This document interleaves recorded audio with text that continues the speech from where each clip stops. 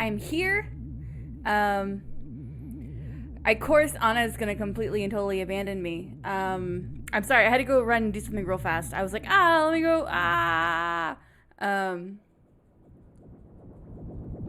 But now I'm here. And you can tell me how the,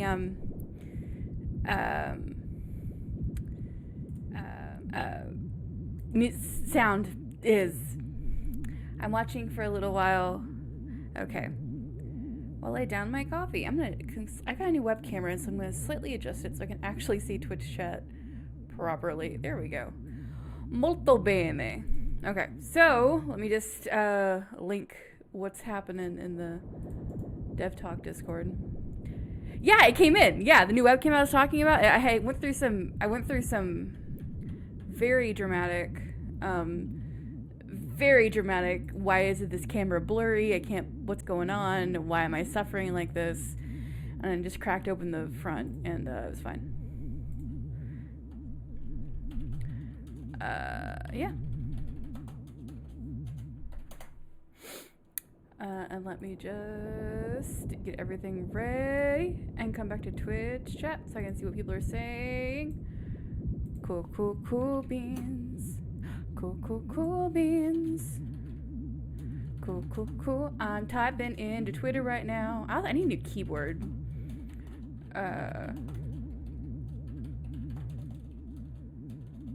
It's super cool if I get a new keyboard and that this one could work the way it's supposed to. Shoot. Also, like, I'm super digging like this. It's okay. So here's the thing, though. Here's the thing that's really weird about this. If I go to settings, and like try to adjust like music or sound effects, whatever this like title screen like noises is not tagged on music or side sound effects. Like I don't know. It's built. I think this is built in Unity. I can tell you in about 2 seconds. Yeah, this is a Unity, I think. Yeah. But the GUI overall is really, really nice. It's just like if you go to settings and try to adjust whatever sound effect is playing on the main screen, and it's not attached to anything. So I don't know. I don't know what to make of that. Let's give the earbuds 5 more minutes. Yeah, so on Monday, I was with Anna, X Plays Games, and we were playing Dead Wishes, and like we didn't realize that like the way the game is structured, like you have to hit like all these like random sort of checkpoints, I guess you could say, and we like completely didn't even get on the route we wanted to be on. Like Hayden, I don't know if you've played it yet, but like yeah. Oh yeah, Hayden, you were there. I forgot. But yeah, I need to go back and play it. Like I need to go back and play it since I have the key. But anyway, all right, cool. Who's Halloween Galaxy by? I want to tag them. Who? Oop. If I was smart, I would go and I would tag every single developer. Hayden, I will accept your derailing literally any day of the week because it was ridiculous. Like our discussions of torture porn and like, where is it? Why is it in the game? What's going on? It was hysterical. Like, I mean, we derail. Like, where do you think horse memes came from? And Will Smith. Like, it's just... We've never finished. The only game we've ever finished on stream, I think, is one of my games. Or, like, a demo of one of my games. I think that's it. Because my games are super short, and I was, like, making us play it. I was like, no, we're gonna keep going. Hayden is coming on to play. Yay! Hayden! I'm so excited. I'm like super stoked to play take a hike next month. And with Hayden, I'm very excited. I'm just gonna gush all over Hayden and be like, oh, Hayden, I love Dr. Frankenfurter's build a boyfriend, and oh my gosh, golly gee, I love Kill the Prince. I'm a fangirl all over you. It's gonna be great. All right, what time is it? Checking my watch. 7:09. We finished Dr. Frank. We did finish Dr. Frank on stream. Yeah, that was like the best one. I got to like scream as Frank. It was great. Okay, let's play this game. It is 7:09. Let's play this game. Let's get that bread. No. Yes, Hayden. We played Dr. Frank, and I got to like I played Dr. Frank, and I like screamed. It was great. It was great. The text use in that is like, it's a weird shadow. I might get like a light, but not right now. Cool. Let's play this game. Ooh. I see nothing. I hear nothing. I feel nothing. None of my senses work as they should. I'm gonna test something real fast. Okay, so that's attached to music. Okay. I can think, though. Ooh. Or a single phrase pulses my thoughts. A single phrase on an infinite loop. Bye, Anna, I love you. An iron-clad metronome ticking endlessly, keeping me alive. I know that sounds silly, but it's true. Yeah, it's really dramatic. Now light pressure, tingling and tickling the atmosphere. I don't have skin right now, but if I did, I'm sure I'd be breaking out in goose flesh. I know what this is. It's noise. Ooh, I'm like, woo. My existence is real. The noise is comforting. It brings back a hint of a memory. Reason dawns on me, and then fear. If I am alive, then I need to run. Escape. Lurking just beyond my vision. This is not charging at me through the blinding darkness, so I must run. Escape, as though my life depends upon it. There's more. The monster and I are not alone. There are additional facets to reality. This is not what I expected from this game. Hold on, I'm looking at the store page real fast. Yeah, alright, shit, let's go.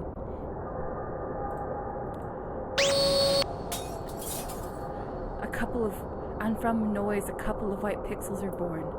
Of course, I can recall the next part, too. From this comes an entire reality. I'm a little confused. I guess the implication is like, it's some kind of Halloween-themed event horizon.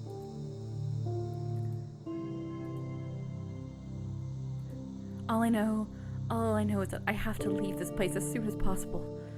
Because of the monster. This is like way more dramatic than it looked like on the package.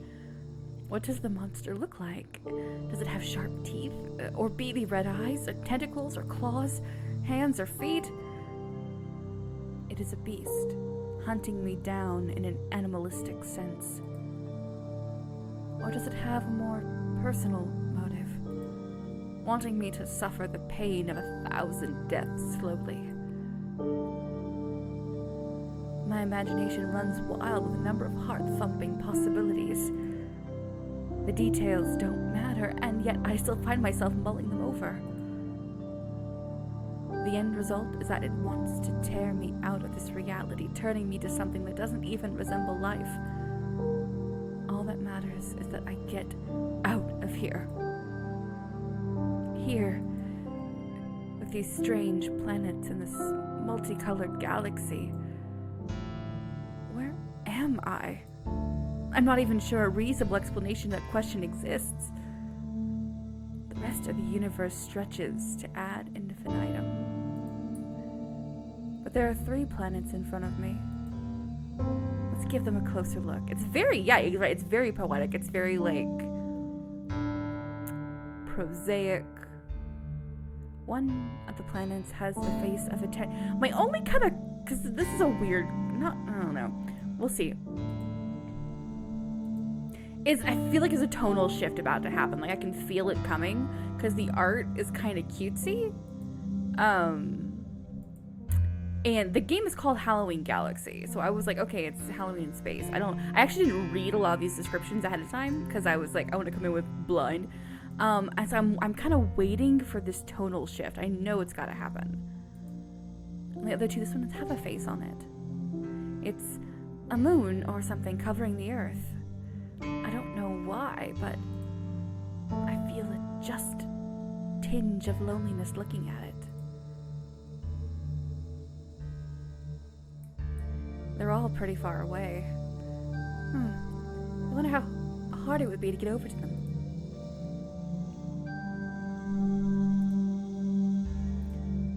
It does makes you think of Kingdom Hearts. Yes, so that's kind of where I'm getting at it too. It feels like a combination of like these kind of cute art. It's like very cutesy art, but a very dramatic writing and very dramatic, right? Yeah, like Gummy Ship, right? I've never actually. Here's a fun fact: I've never actually played Kingdom Hearts. I've just watched my husband play it a couple times, and I literally don't understand Kingdom Hearts. I don't get it. I don't get it. But I actually get what you're going for as far as vibes, because okay, I'm kind of waiting for stuff to happen now. Let's get to the story. Apparently, hold on, I can't back up. It's not ren'py.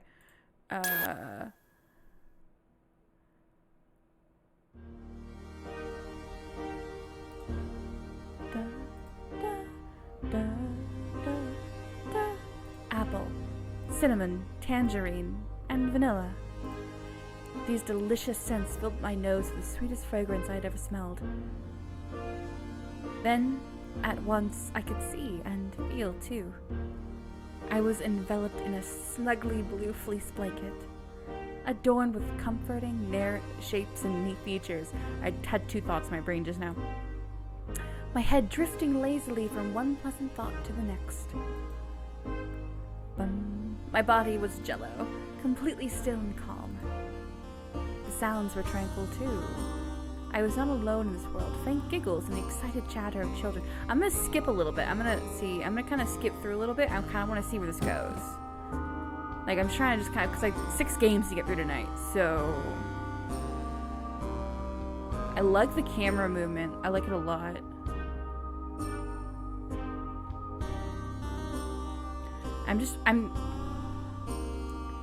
Okay, the teddy bears are moving.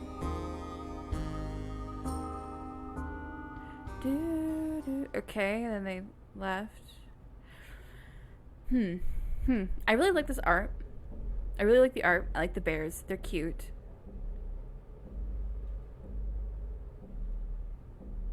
I like these bears. It's not fair to call her a brat. She's housing us here out of her own goodwill, you know. Her parents' wallets, you mean? A real owner wouldn't let her bears get in the sad state you see before you. I guess we're like coming in to like view the story. You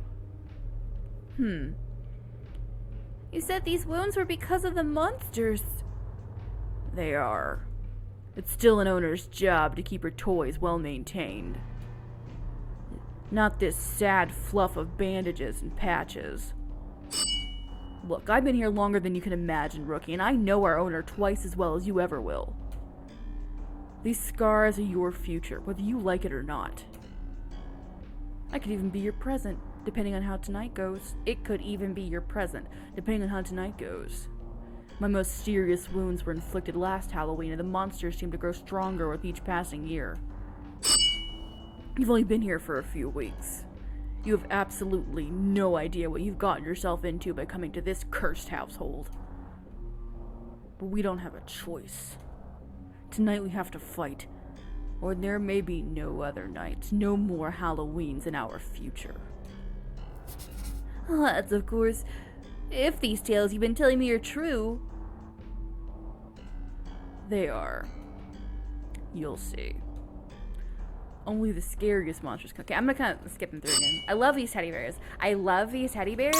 They're adorable. I just don't understand this game so far. So what I'm gathering, I'm gonna go to the store page real fast. Contains hints of child abuse. Okay, so it looks like it's like, okay, so it looks like it's kind of like a heavy metal sort of thing. Where, if you're not familiar with heavy metal, it's basically like a bunch of shorts, but they're all like, they're all like gently connected via this overarching story of the Lochnar, and it's really weird. But what they kind of do is like, it's like, oh, we're gonna come in and we're gonna like, I'm gonna tell you these stories. I'm the Lochnar, and so I'm guessing that's kind of the format they're going for with this. It's like, oh, okay, we're gonna come in and we're gonna do like all these individual stories, and then we're gonna have some kind of like overarching thing that goes with them. I like the teddy bears. It was really weird. The beginning was really weird because I feel like it made it difficult to figure out where the game was going. I should have expected that, I guess. Like, I was kind of waiting for a tonal shift because everything was so cute looking. And I don't know why it felt weird in this, but it doesn't feel weird in heavy metal. I guess because the opening heavy metal is a car floating through space, so you just get it right off the bat. You know what's going on. And that going on is bullshit. Turn down my headset a little bit. It's a little loud. I don't want to turn it down on stream. Unless y'all think I should. Because it's a little loud. I'm going to bring it down just a scoocheroo. So I really like the fire effects. I feel like some of the I feel like some of the graphics, the art's a little weird. Like, I don't know why it's pixelated there. I don't know if that was on purpose or if it's a rendering error. I do like these teddy bears fighting each other. Or it's not fighting, to find the monsters. Sorry, not truly. Like, I really like them. I definitely want to come back and like kind of play them a little more. But I also kind of want to see. I kind of want to see the other stories. So I wish I could flip. Let me see. I kind of want to see what the other stories look like real fast. Oh fuck! Oh, what the fuck? Okay, I'm gonna have to come back to that one in a minute. But here's also the thing. Like, with it being a game, I like the concept of like short stories in a panoply. I like that a lot. But it's like, if it's a game, like, kind of give me the option of like what I want to read first. Like, I get that it took me to the bear first. But like, maybe I didn't want to do the bear first. Maybe I wanted to do the pumpkin head first. But also, that one bear killed the other dude. And that's very traumatic. I'm gonna have to go back and be like, what? But I also kind of wanted to see what the other stories looked like. That's kind of cool. I'm skipping real fast through this. I like the sprites. I like the background. Oh, okay. Apparently it's also connected to the bears. The backgrounds on this are that weird thing where they take just like a picture and like filter over it, which I'm not against necessarily, but I think there's other ways to do cool backgrounds without just resorting to that.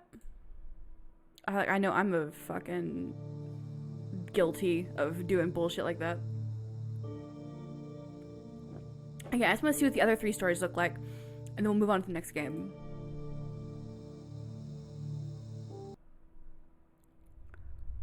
Okay. Okay. Okay, okay, okay, okay. Black and white. I like it. I like it. It looks like it's going through time. Like, the first planet was Zanaria's youth, and I think they're older here. Yeah, I agree. I think that's exactly what's happening. Like, I think the first one was like their youth, and the middle one was like their like adultness, and then this one's like something in the future. Speed window display. There's no choices, which it makes more of a kinetic novel than a visual novel. But that's fine. That's perfectly fine. Just always like to know what's going into that. I always like to know that going in. I think that was on the game page. I'm not sure. Let me see. Free visual novel made for Spooktober. Yeah, okay. Well, see, so here's my thing. I like if it's going to be a kinetic novel, and with no choices, just say kinetic novel. That way I know if it's a choice-based thing or it's just an interactive book. Just so I know. Okay. Really sad and heartfelt. Okay. I'm gonna have to come back because I'm judging the jam. Duh. I'm gonna have to come back and like play through it a little more. I'll be coming back through to play it a little more stringently. But I want to get a feel for what it was, and let's go ahead and move on to the next one because we have 6 games. Is the only reason I'm trying to hurry through a little bit. So let me pull up the next one. The next one is gonna be Dirt Party. Dirt Party, and this one is built in ren'py. It's really hard to program in skip ahead and history stuff in Unity, so huge props there. Yeah, and I'd have to double check to see if they used Nandy Novel or not. Okay, this one says, warning, the game includes loud noises, offensive language, violence, and death. So just keep that in mind. Let's see if that pops okay. We're good. No, it's a very well-constructed game. No, the Halloween Galaxy was super well-constructed. It was just, there's a couple of, like, little teeny tiny things I liked. Like itty-bitty, teeny tiny, itsy-bitsy things. That would have been nice additions if you're going to be including interactivity anyway. And mostly that's,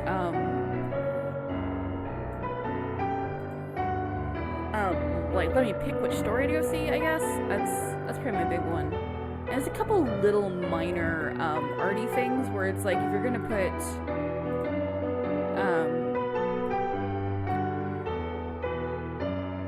I think there's some asset stuff. I think I would have liked them to have addressed for a perfect game. I'm sure they're in some asset things I would have liked them to address, and then like the writing, like was really, I really liked the beginning of the writing. Like the beginning of the writing was like stellar. It just, I didn't know where it was going. I was like, what is going on? Like, what's the deal? Like, where is this story leading?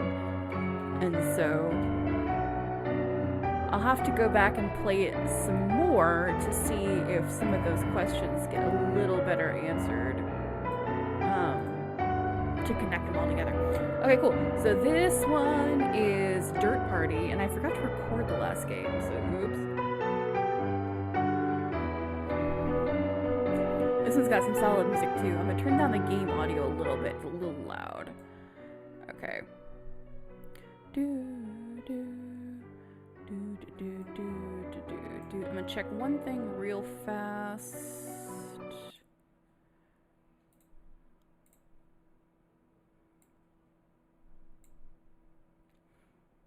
I need to check something real fast. Give me 1 second. I'm just gonna mute this real fast. Cool. I was getting a weird audio blip and I wanted to check that. Cool.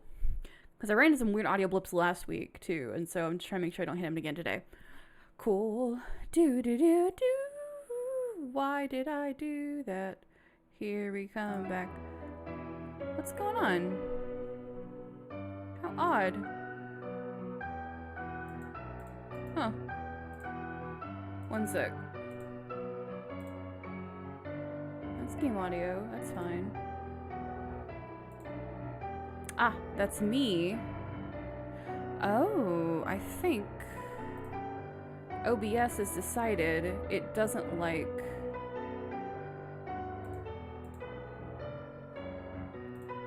OBS has decided that it doesn't like game capture for some reason. I'll have to see what that's about. That's weird. That's a weird thing. Weird. It's glitching out on me. It's fine, let's start. OBS was glitching out on me. I'll have to re-download and see what's going on there. Chapter 1.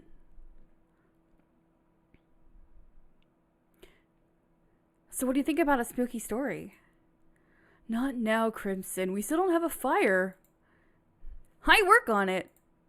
I am frozen. How much? There's too many characters. I don't know if I can do all these voices.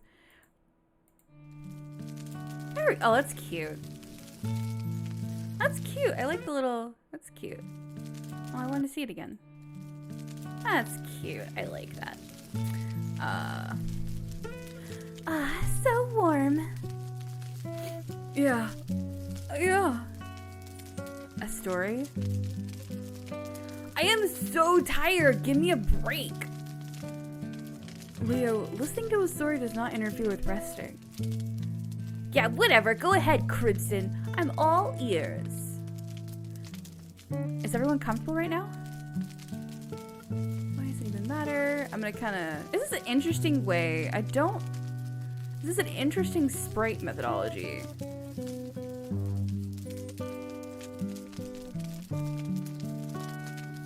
Oh, please, Crimson. Maybe something different? You'll scare me to death. I will not fall asleep. Is this English as a first language? Let's check some things real fast. All these characters are like 18. It looks like. Oh, wow. 15 sprites, 10 free backgrounds. Oh.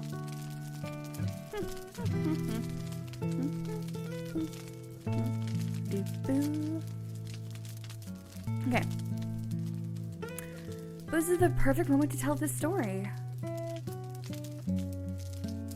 Huh. So, I guess we're Connor? Because we're asking, okay, so this is a narrative, ludonarrative kind of thing for visual novels. I don't know like who I am. I thought I was the blonde kid, but I guess I'm quote unquote Connor. Hold on. So that's Crimson. That's Lisa. That's David. And that's Leo. Okay, so Connor is not a sprite. So I am playing as Connor, and I'm going to reassure Lisa.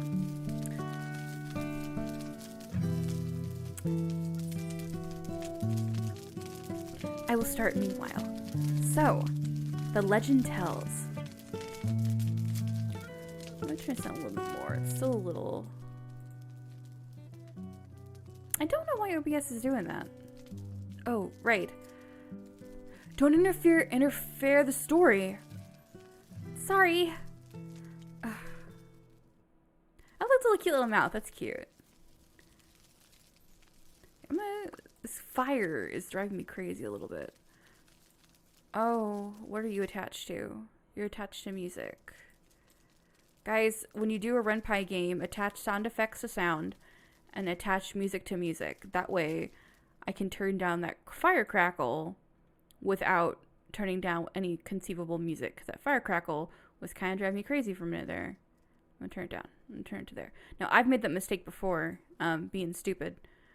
But just be careful. Okay.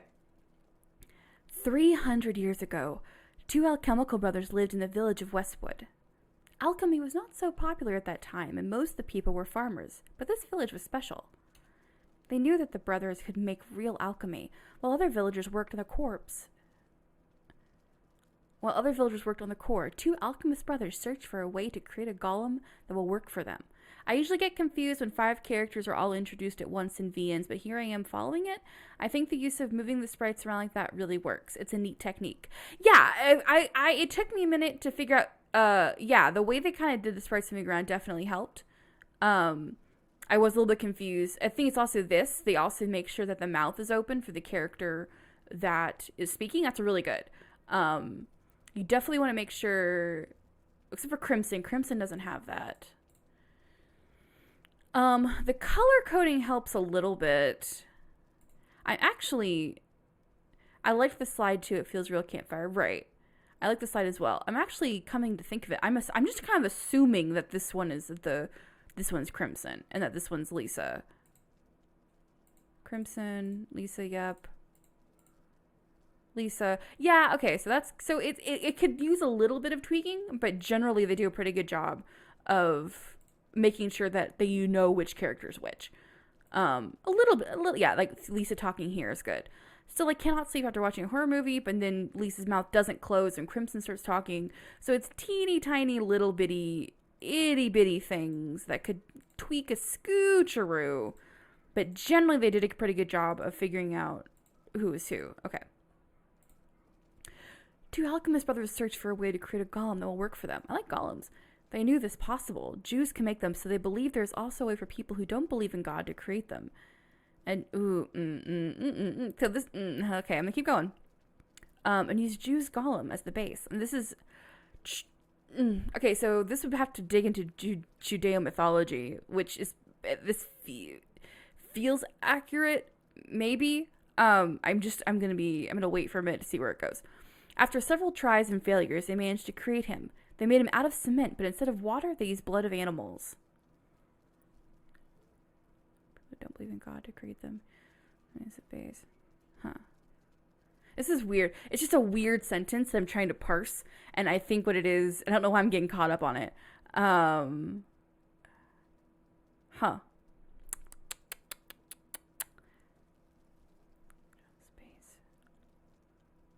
Weird. That's a weird line, and I have to think about that one for a minute.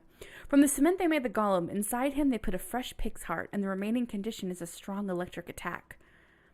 Oh, I'm also getting the impression this is not English as a first language, so I try to be really not judgmental in that regard, because if you can speak another language in English, you can officially speak one more language than I can fluently. So but also just, it's always good to have an editor in the language you're writing in. The youngest brother was curious if they succeeded that he came close to the golem to check if he is alive. This is really interesting, this old school golem mythology. The older brother couldn't react fast enough. He was so refreshing from the shock. And when he heard the next lightning coming, that was too late. The older brother just stood there watching at his brother and the golem getting hit by the lightning. There was no way for him to save his brother. The golem stands up. The older brother tries to command him, but without a success. The golem became intelligent because of the young brother. No one knows what he did to the older brother, but all the villagers saw the big shadow of the golem outside through the windows. Kind of a Mary Shelley Frankenstein thing going on. He made no sound. His footsteps sounded as if a small animal of dirt hit the ground. Step, step, step. The golem headed to the mountains, where possibly he is still alive. And that is because after the incident, the villagers told the story to their children, so they will not go to play at the mountains. But some brave kids still went there, or some of them didn't know because their parents forgotten about this legend. Doesn't matter what the reason, but those who go to the mountain never come back. It's me, I'm Connor. Cool. It's a weird story. Everyone's just like, okay. No, I hate this story. I want to go back home now. The sprites are really cute. They're really charming. There's a little bit of same face syndrome going on. But whatever. It's fine. Yeah, go ahead. Also telling me that he is in the bush behind me. Ah! Fuck this squirrel! I fear everything now! Oh my god, that's my mood. That's my mood. Fuck this squirrel. I fear everything now. It's excellent. It's fucking excellent. Oh my god, okay. Come on, you like animals. Lisa is actually very scared. It's not good. We have to calm her down somehow. God damn it, Crimson, it's your fault. Now we have to go back. What? Why? I already told the story. Now we can't go back. Oh my god, man, you don't understand people on a whole different level. It's fine. We can stay. What? No way. Repeat it, please. Yes, please. We will stay, since it's just a story, and there's no way this shit could survive that long.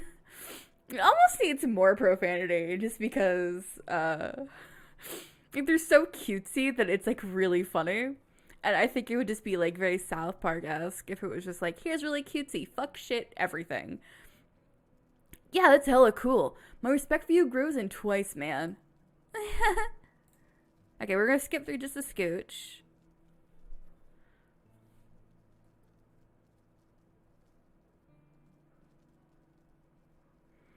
Non-organic material. I mean, yeah, it's cement.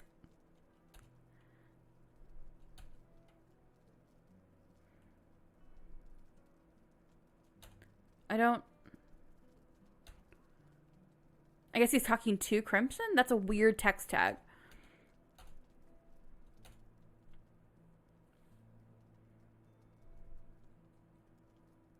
Okay, now they're talking about shit. I love how both, there's been 2 games so far that have been based around campfires, and I kind of enjoy it.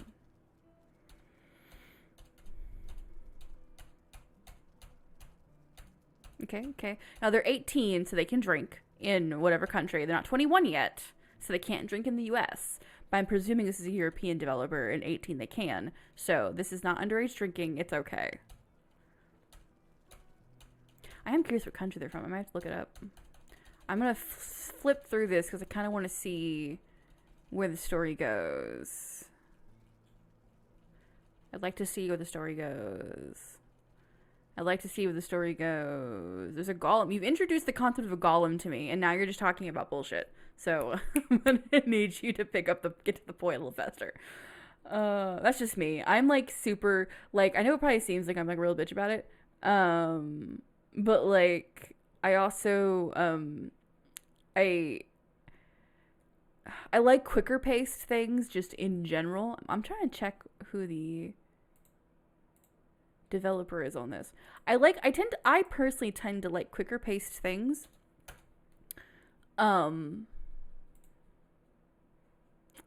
They are,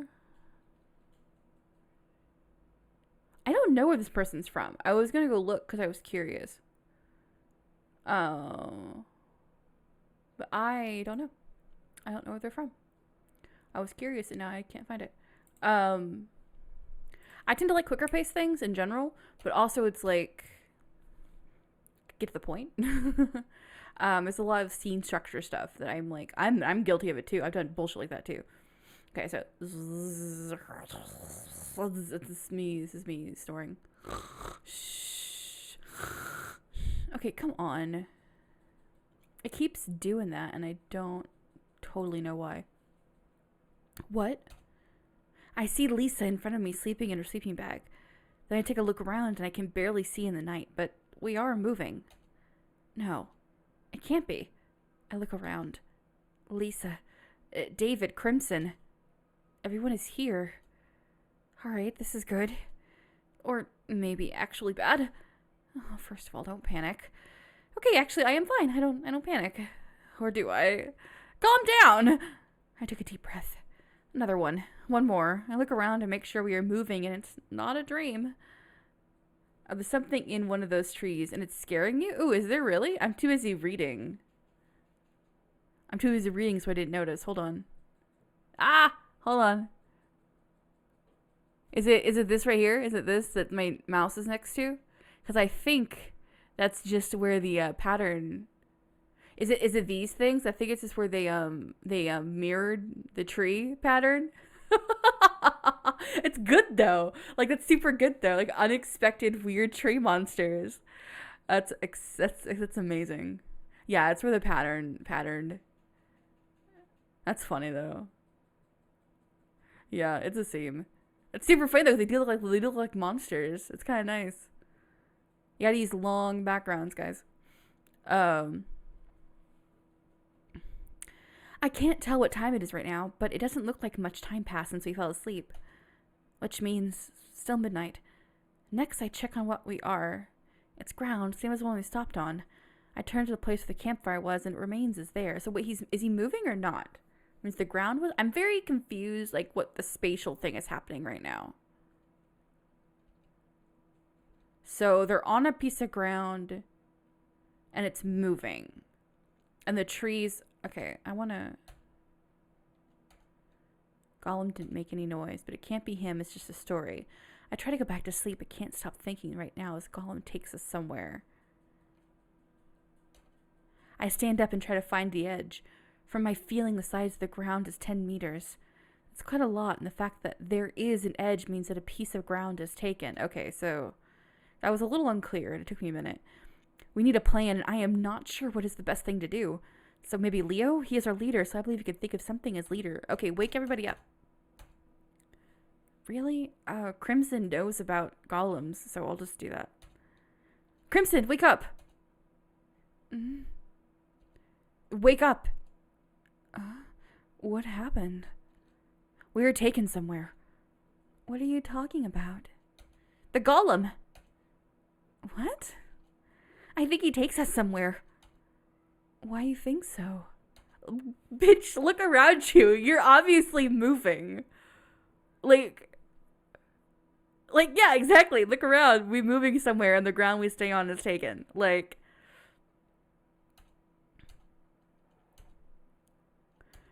look around, Crimson. Why are you not freaking out right now? The ground is literally moving under your feet, and, like, you're on the back of some kind of, like... There's no audio right now. I'm just noticing this. Let me... Huh. Just double checking. Like, come on. Come on. Come on. Ah! Okay, I'm gonna keep flipping through a little bit. Fuck, we're late! What's worth to say to her? Okay. We sit next to each other and I told them the same I told to Crimson. Next, we need to wake up Lisa and tell her everything before we arrive so she can be ready. But while we were thinking what the best words to say were her, we suddenly stopped. Fuck, we're late! Because you all wanted to find the right words for that. But you're the one that said that. Yeah, David is right. I'm trying to do different voices for Connor and Leo and David. They're both boys. Shut up! And this way, I woke her up. Why are you guys screaming? Why aren't you sleeping? Okay. So I'm going to keep flipping through. There's no music. So here's kind of my qualm with this one so far. It's like you're on the back of a giant moving fucking monster, right? Like you're on the back of something. That should be a really super high tension, high tension, hardcore, like, oh my God, what are we going to do? We're going to die. And it was just kind of like, whoop, okay, we're on the back of a golem. Like it really, in the language aside, like that should have been a really like, here's some music.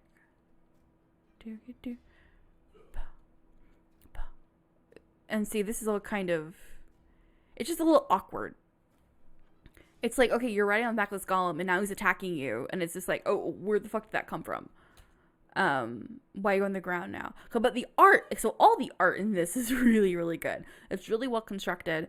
It's really well rendered. You can see a seam right here again. So they need to kind of work on that a little bit. Maybe. No, it's a seam. So there's some kind of seam right here. I don't know why. Maybe someone didn't do... Oh. And they're all kind of low on the screen. Like they're not... I feel like they could be higher. Or like they could be a little taller. All the seams look like monsters to me, right? It's like, I'm coming for you. I'm the seam in the wall. That's gotta be it. That feels Lovecraftian. See some yellow wallpaper shit. So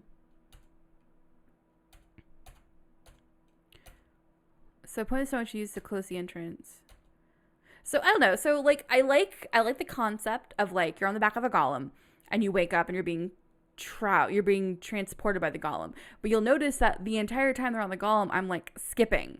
Because like it wasn't like I had to like, oh, what's gonna happen next? Full of tension, what's going on? Like the pacing there, like there's just not any dramatic tension. And I'm like, I still don't really feel any dramatic. And I know like, oh, because it's streaming, whatever. But like we played some games last week where it was like, okay, no, the dramatic tension was there. You know, the stranger knocked on my door one was really good as an example, where it's like even on stream, it's like, okay, so this one there's just not really like fly, you fools. Like it's like, okay, they're fighting this golem now, and we don't even see the golem, which is like, okay, that can be fun. Because like, oh, it's a monster that you can't see, and there's sort of the fear of the unknown and like all this kind of good stuff. Like that's what there's a movie called The Ritual.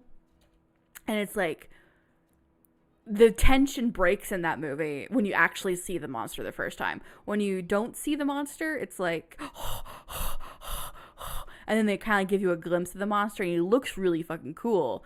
but like it stops being quite as scary. Like it's still like really frightening, but like it kind of like, so like there's definitely something to be said about not seeing the monster, but at the same time like having a little hint of what the golem looked like to really leave Crimson behind. It's fine. Like she's splatted. But like having just a little hint of what time is it? Having just a little hint of what this monster could look like could really have added to the tension of it. And like, yeah.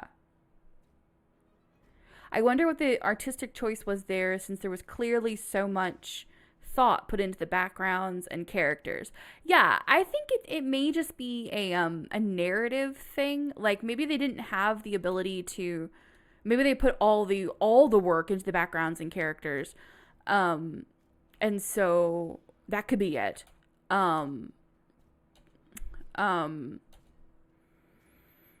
But also it feels like a narrative tension kind of thing. Like, oh, they just didn't think about it. Like maybe they need to go watch a horror movie and kind of feel for it. I think I would have preferred just fewer characters, so fewer character sprites. Like you don't really need 5 people for this. You didn't really need, 5 characters to make the story happen.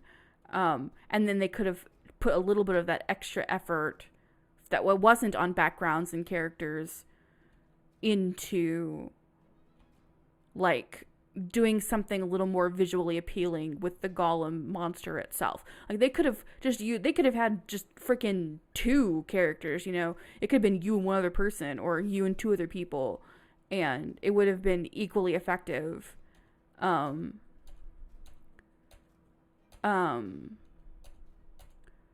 they could have, the effort that they wouldn't have put into the sprites could have gone into something a little more visually cool with the golem aspect.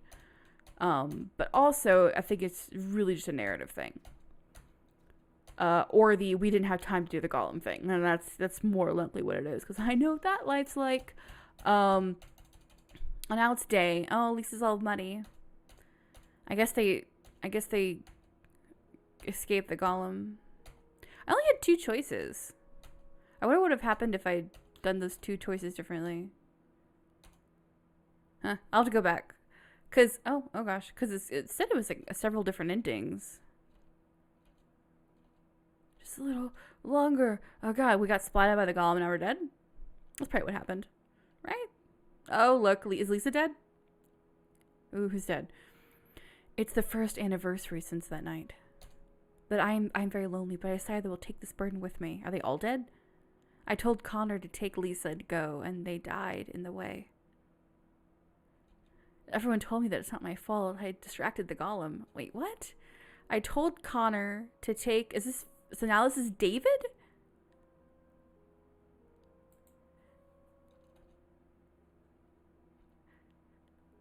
The music of hope. The weary world rejoices. What the fuck? Lisa died because of the injury on her leg. Fall on your knees. Of Christmas music. It's great. Connor fallen down so much that at the end of his head and neck broke, and he died this way. I came back so at least someone could tell about the golem and what happened to us. Someone must remember. Story got very popular on the internet. Someone made a creepypasta. Yeah, there are a lot of creepypasta of it. I actually love them. They show us they're so brave and smart, unlike what was real. David, you forgot about... Who the fuck is girl? Oh, this is my girlfriend. What? I don't... Okay, so it switches between Connor and David, which is a little bit weird. Hi, Abby. So it switches between Connor and David, which is a little bit weird. Like typically you want to keep with like one POV through the entire story, unless there's something that it narratively like affects. And so this isn't bad. Like I don't mind switching Connor and David, but like why couldn't David... Also, why are you, like, comparing your girlfriend to your dead friends? That's really weird, dude.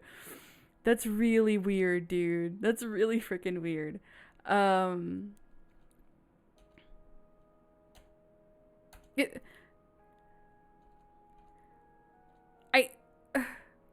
girlfriend, like, strikes me as kind of a bitch. Because she's just like, why are we still here at the gravestone of your dead friends? And he's just like, This is a weird game. It's very weird. So it's got a lot of like narrative flaws. but like it's really, but it's visually like really well. It's very visually polished, but it has a lot of narrative flaws that are beyond just kind of like the language, if that makes sense. Like the language, again, I'm willing to like give it a pass because it's probably English as a second language person. Like, and again, like I said, they speak officially one more language than I do, if it is. But at the same time, it's kind of like there are some things that are just writing without being language. Cool, what's next? Hearts Blight. This was by a big team. This was by a pretty big team. Let me pull it up. Let me also see if OBS will be kind enough to actually capture the game I'm asking it to. Let's find out. Hearts Blight. That's not what I want you to capture. That is my window.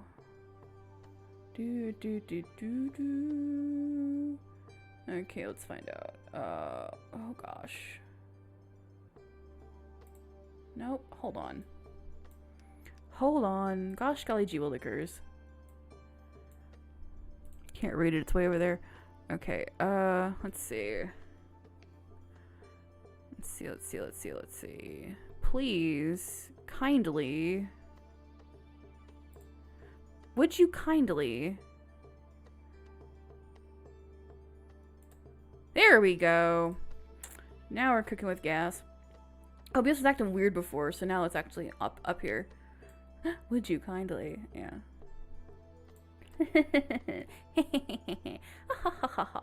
That's what I do. Alright, cool. Let me just expand that a little. Expand game. Actually, no, you don't need to see my freaking face this big. Let me just squeeze that down here. Cool. It's a little bigger. I like the music on this one too. I love seeing all the different adaptations of the JM's theme. Yeah, a lot of creativity going on. No, exactly. And let's see, the theme was,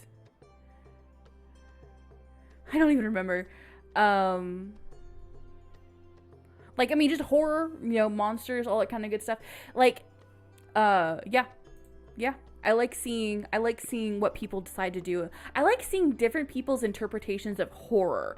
That's what I find really intriguing. Because some of the games that are horror, I'm like, this isn't scary to me, and like I feel like I have a pretty, you know, good grasp on what I like, you know, what I don't like. And then some people will do stuff I'm actually like really surprised. I'm like, wow, I don't, okay, you know, like I wouldn't have thought this would be a horrifying concept.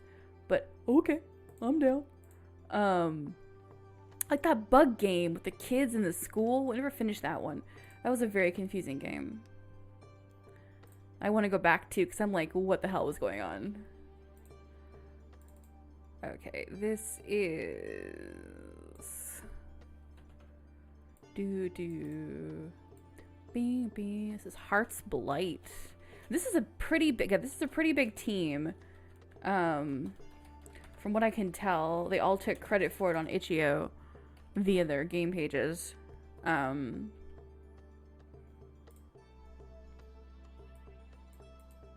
So, be super cool if that would do what I'm asking it to do. So everyone can go download this game if they want. Okay, so yeah, so this game's Hearts Blight, but it got a lot of people. Let's see. Hearts Blight. Pumpkin Spike. Who also does... Oh, okay. That's where I know the name from. My nose is itching again. So Frankentutor. So Pumpkin Spike worked on Frankentutor, which was a pretty good Yowie Jam game. It wasn't finished at the time. Who else worked on this game? Iwiola... Okay. I'm just kind of looking through and seeing who all worked on this game, because some of these names I recognize, some of these I don't. All Black. That's a web comic. No. It's an episodic visual novel called All Black. Okay. Grayson, JS, Daichan. I'm just seeing some of the other games that these developers worked on. Pumping the microphone. Yeah, going from Yaoi Jam, which ended, September 30th. No, it ended August 30th, and then going straight into this jam, which started like September 1st. Like, yeah, no. I guess they were just on a team. I mean, if you're a team, it makes it a little bit easier. I mean, only reason I didn't do Spooktober, I didn't do Spooktober last year either. But I mean, obviously I'm a judge, so I didn't do it this year. I am gonna be doing Yuri Jam though, because I hate myself apparently. I was talking to Anna about it, and I was like, no. I was like, oh yeah, I'm totally gonna do Yuri Jam. And I was like, oh no, I'm not gonna do Yuri Jam. And then I thought about it for about 3 days and was like, yeah, no, I'm totally doing Yuri Jam. Wow, who am I fucking kidding? Having just finished Yaoi Jam and having like 3 games on the docket, whatever, it's fine. Let's play this game. The war ended, and with the end of the war came peace. I love the little pumpkin click to continue.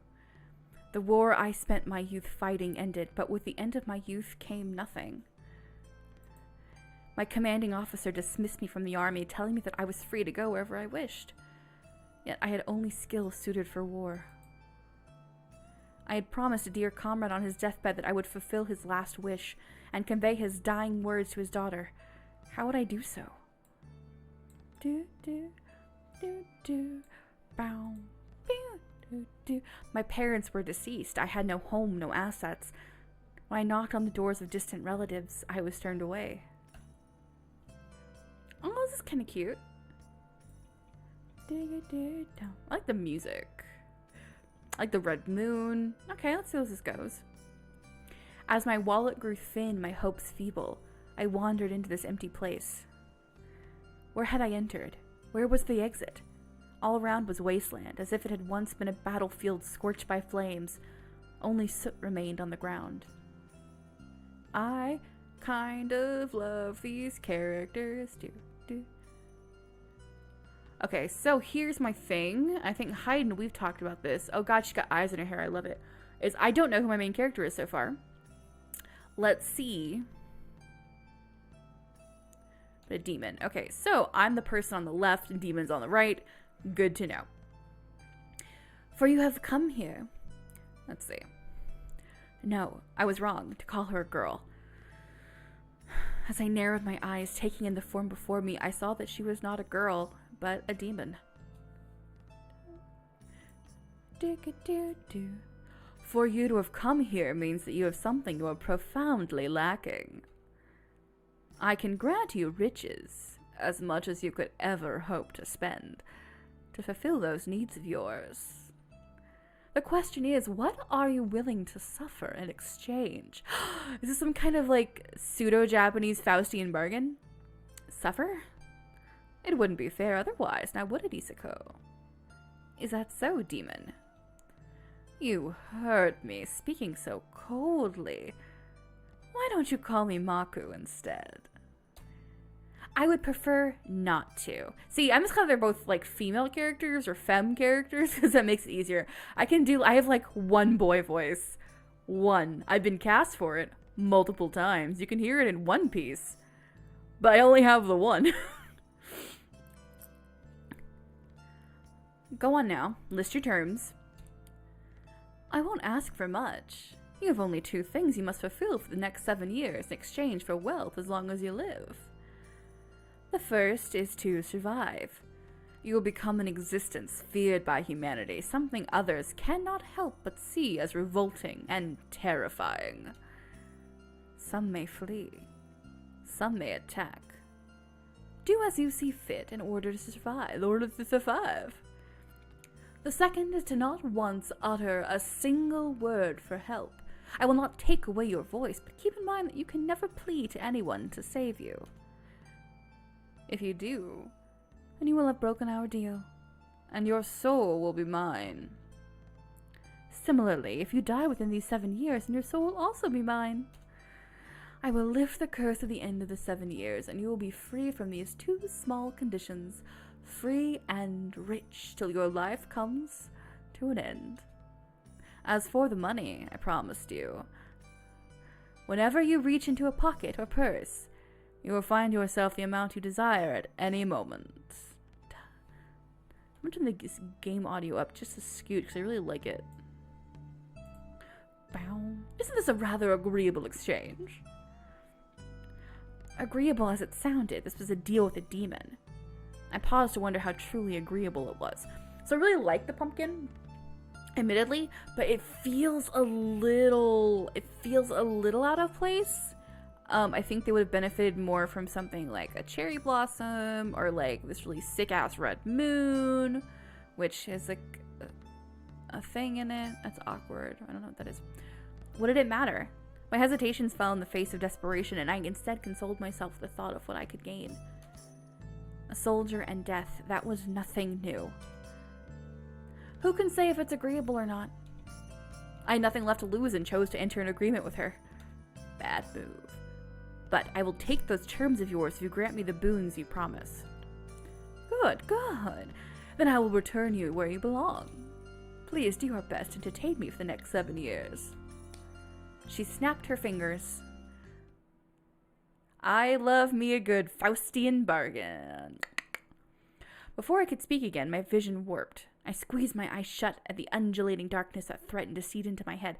So, here's what's really funny is we call it a Faustian bargain, but it's like, that predates Faust. Like, the idea of making a deal with a demon predates Faust. It just does.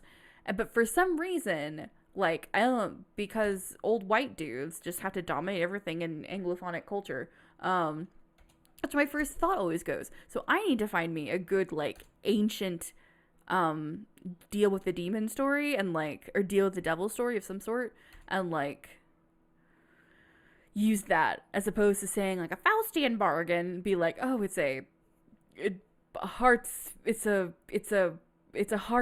Blight bargain, you know, whatever, it'd be fine. I'll figure it out. That's how I'm gonna... Just as she promised, some people shied away from me, shaking, while not a few approached me violently, crazed with fear. Just as I agreed, I did not once voice a plea for help. I was only somewhat disappointed. These were the people I fought for. These were the people for whom the war was waged. That line's weird. Only somewhat disappointed? I would be really disappointed. Regardless, the money I pulled from my pockets was accepted time and time again. I would take this bargain. Tell me if you would take this bargain of like, oh, people are going to run away from you for 7 years and you have to live for 7 years, but then you have all the money that you want. Like, would you take that deal? I feel like I would take that deal. I feel like that would be a deal I would take every single time. Because, like, I don't give a crap about people. I mean, like, whatever. In the same way that humans were irrationally afraid of darkness, seeing monsters that did not exist, they saw illusions in me, the presence of monsters that surely did not exist. What a curse. A truly incomprehensible curse. I didn't like it. It was a wretched curse. A little bit of editing would have been nice there. This is a very weird scene. After an incident at the end of the first year, I found myself once again in the empty realm of the demon Maku. It's been quite a while since we've last met. I've been watching. What an amusing year you've had. Today in particular was really quite something, you know. Is that so? It really is. You don't really disagree with me. No. You'll be here for a long while, so why don't we have a chat about what happened? I was under the impression that you already saw. I did. So I did. But it's much more interesting to hear from your own lips how the events occurred. Your perspective to the story, Sako. I want to hear it. What do I get in return? My adoring attention, a proper conversation, and a place to vent out your feelings. I'm gonna kind of clip through this a little bit faster just for streaming purposes. Because again, 6 games. I kind of want them to smooch too. Hayden. Like, I literally always want them to smooch. Well, okay, not every single one. This would be a pro smooching situation. I'm gonna kind of flip through this a little further because I kind of want to see where the story goes.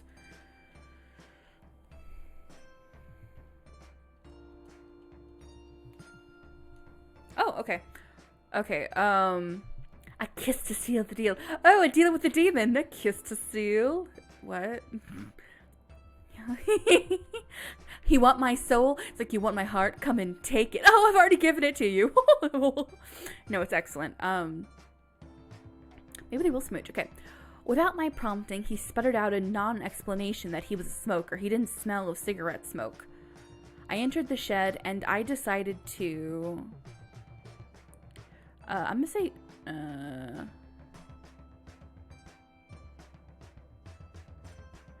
let's see. I'm gonna... save scum. Ooh, I like that. Oh, that's nice. I like the little tree, the sakura branch. But like the orange sakura branch. That's nice. I'm going to say I stayed the night for sure.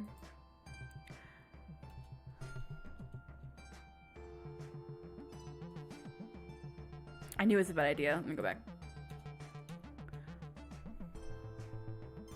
That I couldn't stay in the shed. That was like kind of my first idea, and I was like, nah. I saw him remove a lighter from his pocket with his free hand. I wonder, what exactly did he plan to do? Lock me in and bury me alive? It was an unpleasant state of affairs, and the next few events seemed to blur into one. It went rather quickly. He saw that I saw him. I bolted out the door before he could lock me in. In the midst of all that, he lit the lighter. And the fool dropped it. The shed began to burn. It caught fire much faster than I expected, so perhaps the faint whiffs of gasoline I smelled really were gasoline. So I'm having a little trouble like pinpointing where this exists in time, because it's like, oh, I fought a war. Oh, I got kind of a Shinsengumi thing going on. This feels like kind of late Edo, you know, whatever. But yeah, there's gasoline, there's lighters, so that's a little weird.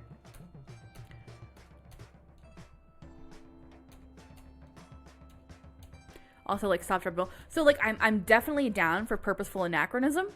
Like, I'm so down. If you read any of my writing... Oh, sorry, Mike. If you read any of my writing, you'd know that. But also, like, you have to be, like, very purposeful about it, which is a lesson I've learned. That if you're going to be including purposeful anachronisms, they need to be purposeful anachronisms.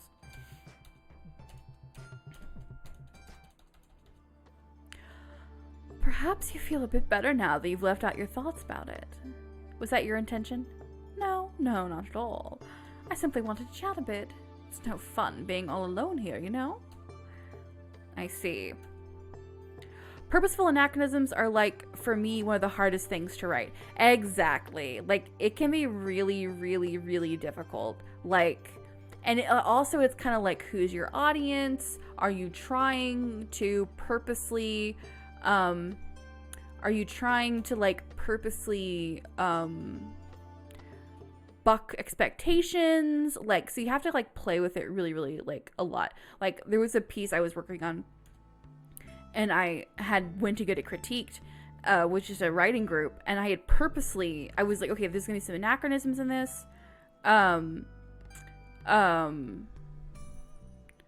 Like, and he was like, he's like, these concepts wouldn't exist in a medieval setting. And I was like, dude, I mentioned flak jackets 2 seconds into the story. Like, it's in here. So, like, I like these kind of, so these anachronisms are a little stranger. It's got a bit of a timelessness to it, which I like. So it doesn't, like, strike me as being, like, weird. It's like, okay, there's gasoline, stop, drop, and roll, war, lighter. Okay, cool. Like, I can just kind of let it go because the whole thing has a very timelessness to it.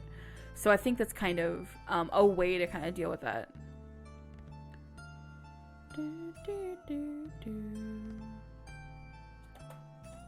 Oh, huh. I like the hat. How long has it been since we last saw each other, Izuku? Quite a long time, I would say. Is that so? About 1 year for a human. It's a considerable length of time, a rather eventful length of time for you in particular. Especially today's little incident. Why don't you tell me about how it went from your perspective? Okay, so she's gonna tell him the story. I'm gonna kind of like...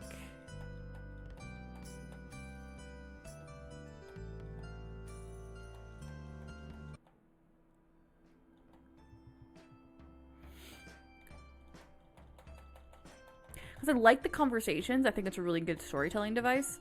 But it's like, we're hearing about it happen after... Oh, fuck me. we're hearing about it happen afterward. Well, I think it might have been like more effective to just have it happen to her in game. Like, we're just kind of here. Like, I don't. Please be nice. My scissor arm from my mic doesn't like me. It's not so I don't use it anymore in my actual booth.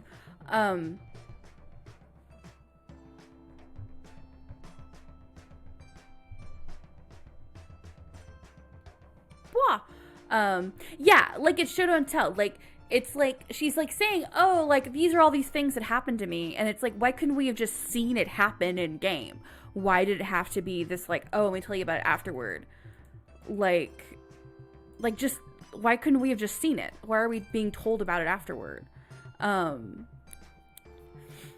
like the thing is, like I really like I do like the past tense. This is what I did. This is what happened. But it doesn't really feel like it matters that much. Because I think if you're going to use past tense in a game like this, like, you have to, like, make it matter. Like, okay.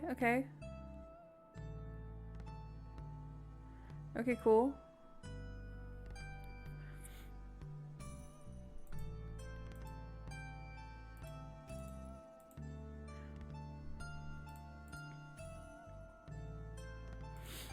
I need Maku and Isako to kiss. Like, I just need that in my life.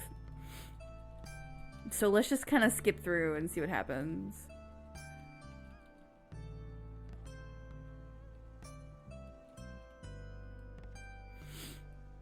Can't do that. Wait, this cold, harsh world to begin with. I'm not interested in giving them back to you. What do you want? A difficult question. Ah, here we go. This is for you, Hayden. This is for you.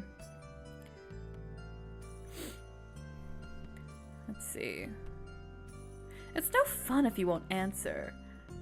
Let me make one more guess. Perhaps you'd like to bring someone back to life, such as those comrades you lost in the war.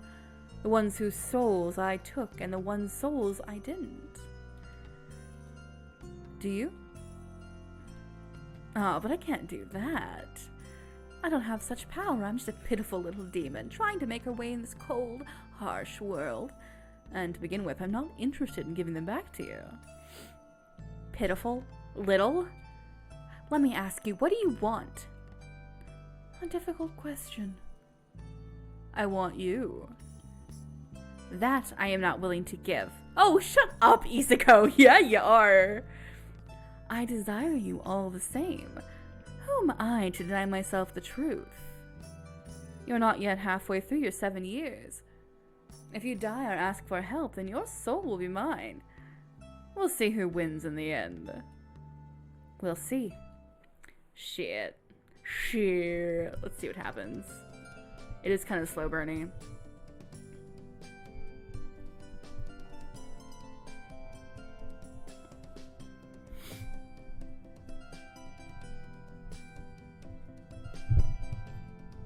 Sorry, let me, hold on a sec.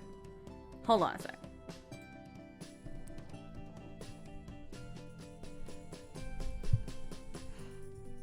In the middle of the,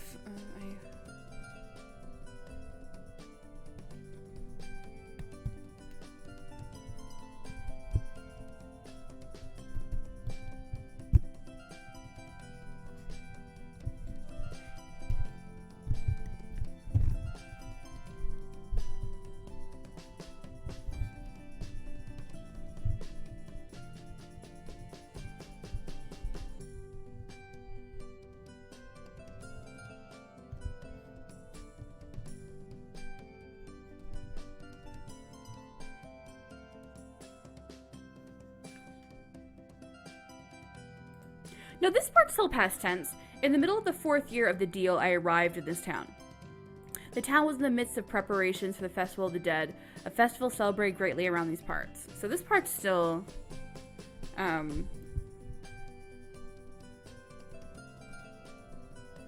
past tense. I don't dislike the past tense. It's just kind of like, what's the point? No, that's a weird... I don't mind the past tense. Do past tense however much you want. It's just, it's weird. It's got a weird structure. And see, now we're actually getting... Okay, but true, I guess I guess she's not telling it, she's experiencing it. So it's still past tense linguistically, but it is happening to her. It's like, this is a show, not a tell. So you are right in that regard. I wonder if I could fulfill my dear comrade's wish here. Yeah. Maybe we didn't see the previous towns because background requirements or time limit. But then it's like, you could have repeated the towns. I don't know. Like, I definitely like to, like, you could repeat the towns. You could make this just one town BG.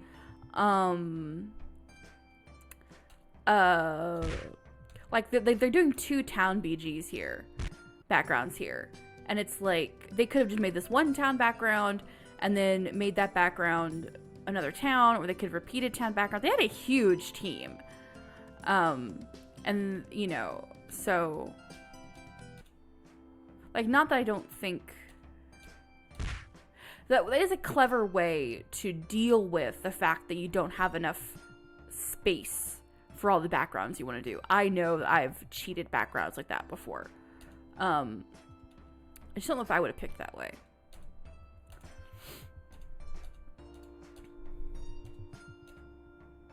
I prepared to block and counter. If I stabbed him and maneuvered his large body, I could likely make an opening to get away. I put my bet on that plan, fingers gripping my weapon that still had not entered their eyes. Time seemed slow. Then, "Officer, this way!" A girl's voice cut through the dense atmosphere of the moment. As if broken from a spell, a number of the thugs began to panic at the thought of law enforcement approaching. I stayed alert, ready to spring, but as the girl shouted again, the thugs dispersed. Finally, I let out a sigh of relief.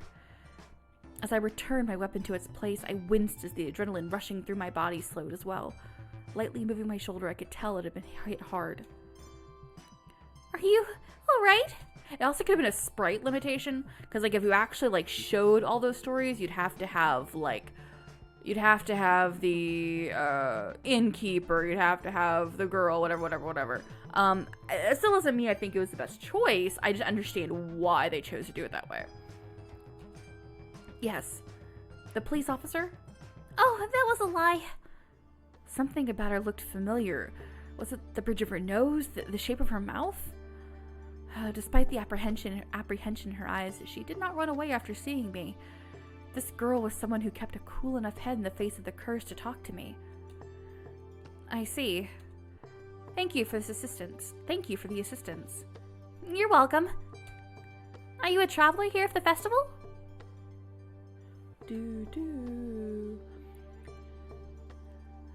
Is she related to our dead love? Maybe she is. I kind of want to keep flipping through because we still have 3 more games I wanted to get to. So I don't want to linger too much longer.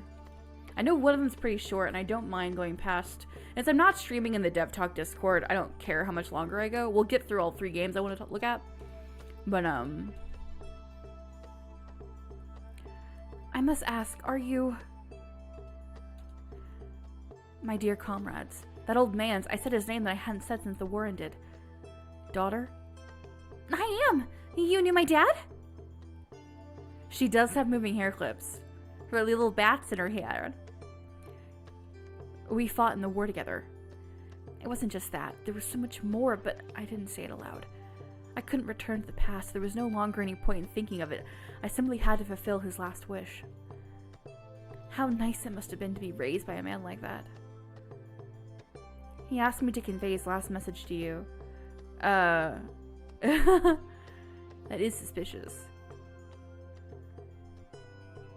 So it's kind of like 2 stories happening at once. So there's Isako being like making a deal with this demon, and then Memi, and then her like fulfilling this her last request, which we haven't actually like talked about. Like, So I don't know how I feel about that. So this is 3 background BGs. So I'm not 100% sure where the story goes.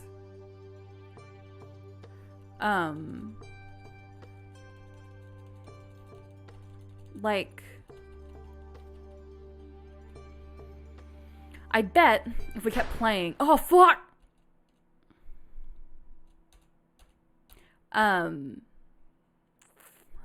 The face and the lanterns are adorable. There's a lot of really cute stuff in this. I just kind of want to know how the Memi and the Maku story connect. I know this pumpkin outfit. Little cute little pumpkin. It's adorable. I just want to know how the Memi story and the Maku story connect. They have to. I would hope they would. But we're going to, what time is it? 8:24. Okay. Let's see what keeps happening real fast. I'm gonna do a little quick skip. Okay, I'm gonna do a little quick skip. Just to see kind of where the story might go. Oh, okay, Maku's back. Oh, was Maku and Memi gonna fight over Isako? Maybe they're gonna fight. So that's might be how those two. That's how they connect. Okay, so we found how they connect. So it took a long time to kind of get there, but we see how they connect. So it's an interesting structure. I'm not against it. It's a little odd, but I'm not against it. I'm gonna save, so I'll probably come back here and just start from there to see how it ends. Okay, we're gonna go ahead and go on to the next game because there's a couple of games still to get through. Next one, Oh Terry. Okay, Oh Terry is a browser-based game, so let me pull that up. Oh Terry is by what's his name? Mike. The developer, like, quote unquote name is like Vimy, but his name is Mike something. Mike's, what the frick is his name? Mike, oh no, Matthew Vibislik, who, he's a professional illustrator, but this game, he put a game, out, and I reviewed it for the VN Game Den called King of the Cul-de-Sac, and it's really good. Like, it's super good, and so I have really high expectations for this Oh Terry. I hope I am not let down. Let's find out.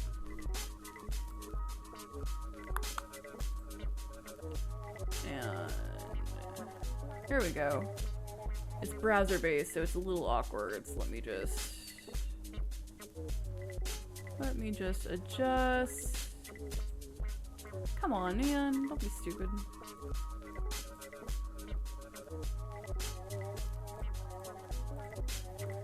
Please stop being dumb. Think. Cool.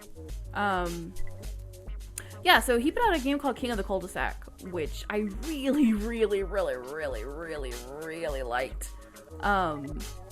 So I have really high expectations for this one. And which may be a bad thing, maybe a good thing, I don't know. We're about to find out. But it's also using browser-based ren'py, which is stellar. This is called Oh Terry. But I'm expecting good things. Let's find out. I don't know. This is the first jam that I'm aware that he's worked on. Because his other game, King of the Cul-de-Sac, was just a normal release. It wasn't a jam-based game that I'm aware of. And so let's just kind of see how this goes. Let's find out. Bing, bing, bing, bing. Bing, bing, bing, bing. Bing, bing, bing, bing.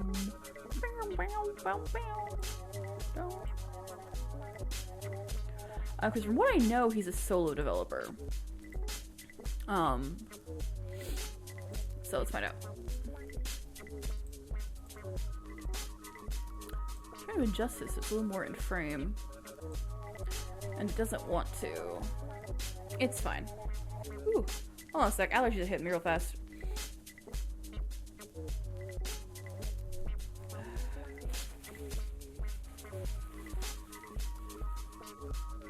Oh, I'm gonna turn the game audio down just a scooch. It's a little loud.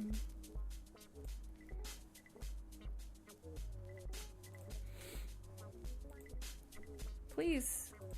Please appear. Thank you. Cool.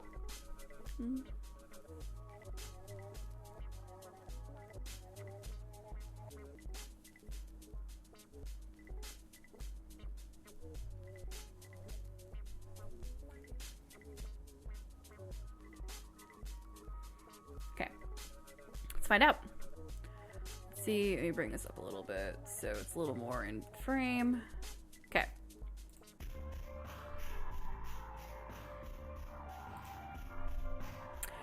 Tonight is the special, the darkest of nights. Tuesday at Fizzy's Tappy Mallet on the corner of East and Main. That is when Gloria DJs. Gloria is cool. I don't know what accent this is. Because it's supposed to be, like, it's probably supposed to be Transylvanian, but I'm doing it French for some reason, and I don't give a crap.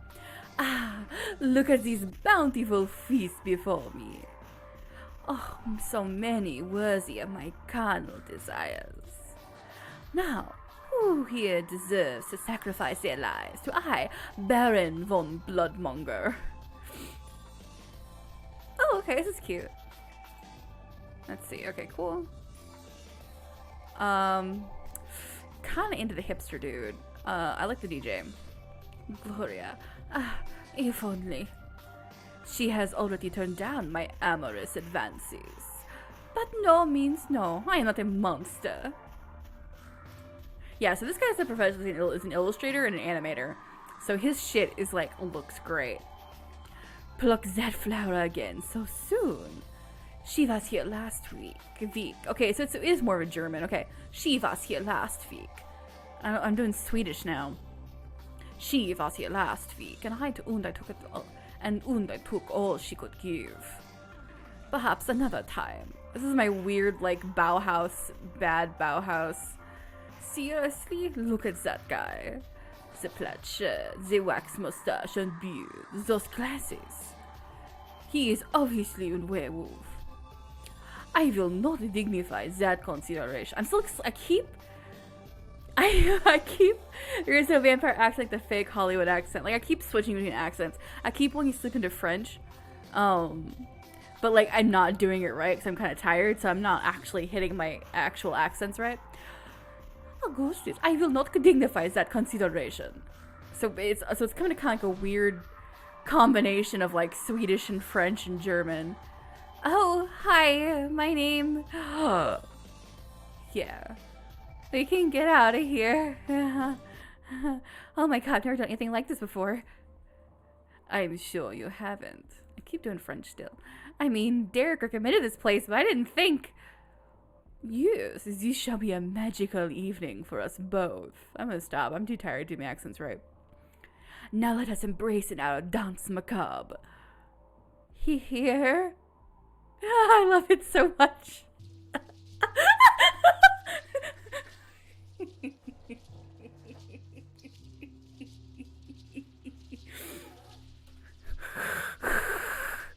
Can I watch? What? No, get out. Come on. I don't bite. Okay.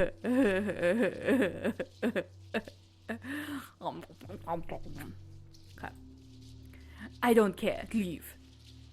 I'm such a big fan of your work, Mr. Bloodmonger. You're better than Dracula. I appreciate that. I truly do. But I am in the middle of a meal. Please leave. Is this a kink? I love this so good.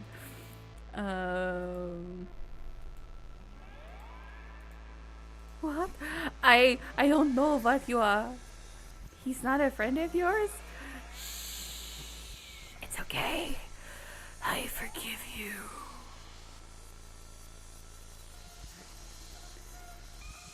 My name's Terry, and I'm not like all those other guys out there. Ew. Now, I can watch. Like, it really is. It is. Like, it's even more upsetting than some of the other horror games, because we all know Terry. We all know Terry. We've met Terry. If you're like not to like, the Cheeto fingers are so horrifying. It's fucking true. Jalapeno cheese crisps with garlic. What? No! You can't leave yet. I'm gonna go back to the bar to get laid. That impudent whelp and his infernal garlic cheese crisps. I shall rend him asunder, and it shall be sweet. No, savory. Because blood is savory. Yum yum blood. So weak. Ah, my chrysalis. See, now I'm getting the accent. I shall emerge from you on the morrow.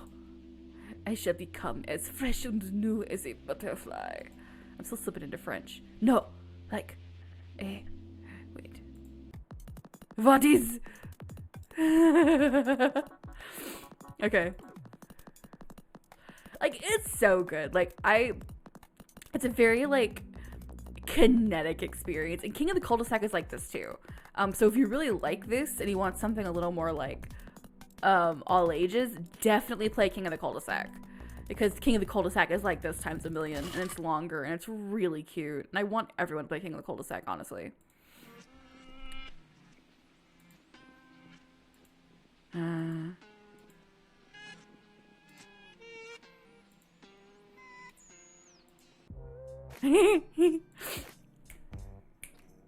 Oh, super cute. Oh my lord. Terry and the Phantom of the Opera are both stalking your Instagram. The end? Yes. That's super cute. That's super cute. I need more. Yeah, only 5 minutes to read. Fucking adorable. Oh, I'm so glad there's so many good comments on this.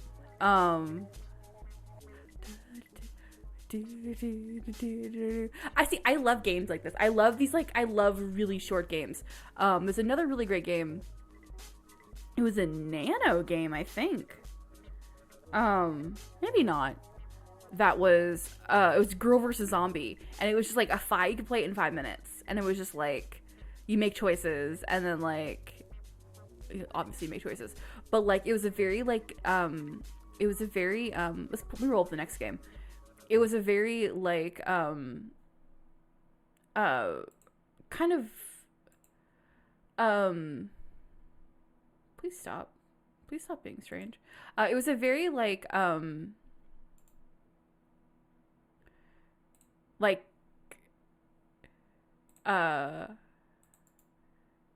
what is the word I'm looking for? It was a very please open what I'm asking you to do. A very binary choices. I was like, God, I cannot think of the word. It was just like, it wasn't like, oh, there's branches. It was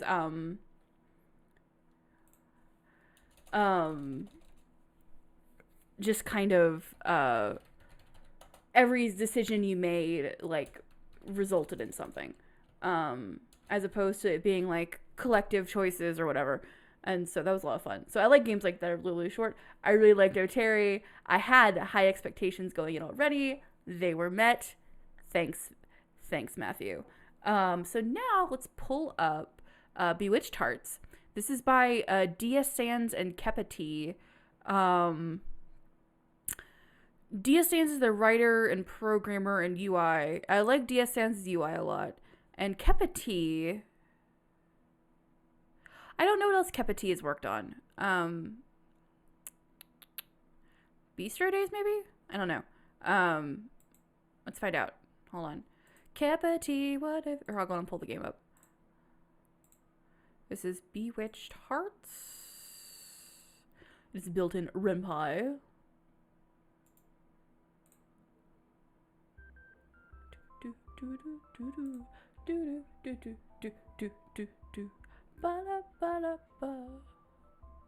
It would be super cool if I could find the window I wanted. Ooh, oh. I'm gonna window this real fast. I don't like it when it's full screened. It's awkward. I don't like it. That's not what you want. Come on. Where is the correct... Please pop up.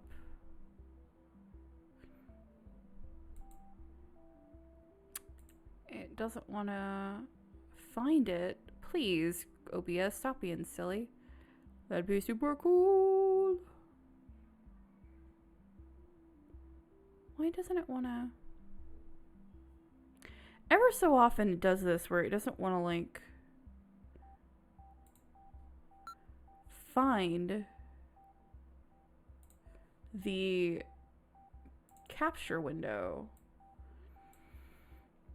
Despite me asking it very nicely too.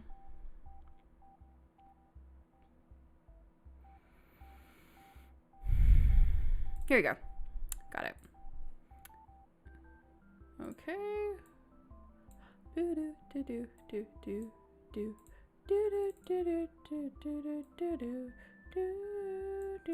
is cute. Okay. I can tell this is going to be a longer game, and we're not going to get through all of it. That's fine, though. Yeah, but this is very DS. This is what DS Sans stuff always looks like. Okay, so... I don't know. Let's see.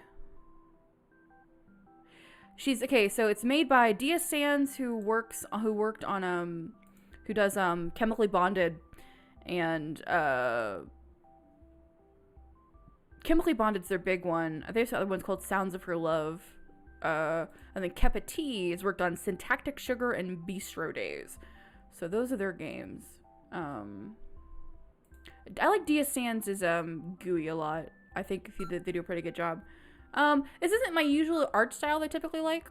I'm gonna be like straight up about that because that's something I have to talk about as a judge. You know, like, oh, like, am I gonna like this? I don't know. I'm really weird about these kind of cutesy art styles because I think they're cute and they work really great in a lot of games.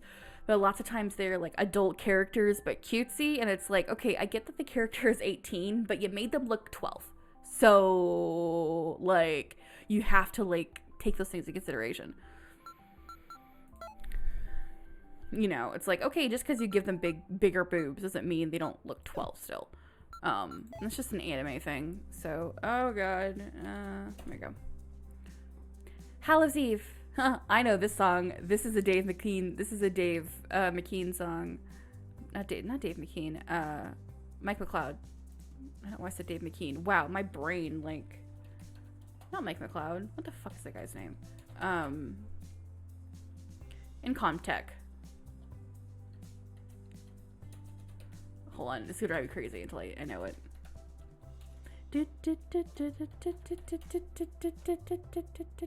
Kevin McLeod. God, I just completely I felt like an idiot there for a bit because I completely forgot Kevin McLeod's name. Despite the fact having used his art super a lot. I always find it hard to judge things that are just totally out of wheelhouse. Exactly. Like DS Sans, and this is a very I'm gonna kind of skip through this as I'm talking about this. It's you can typically tell when a game is made for, and this is using very broad stroke gender labels, because obviously gender's just generally, you know, whatever.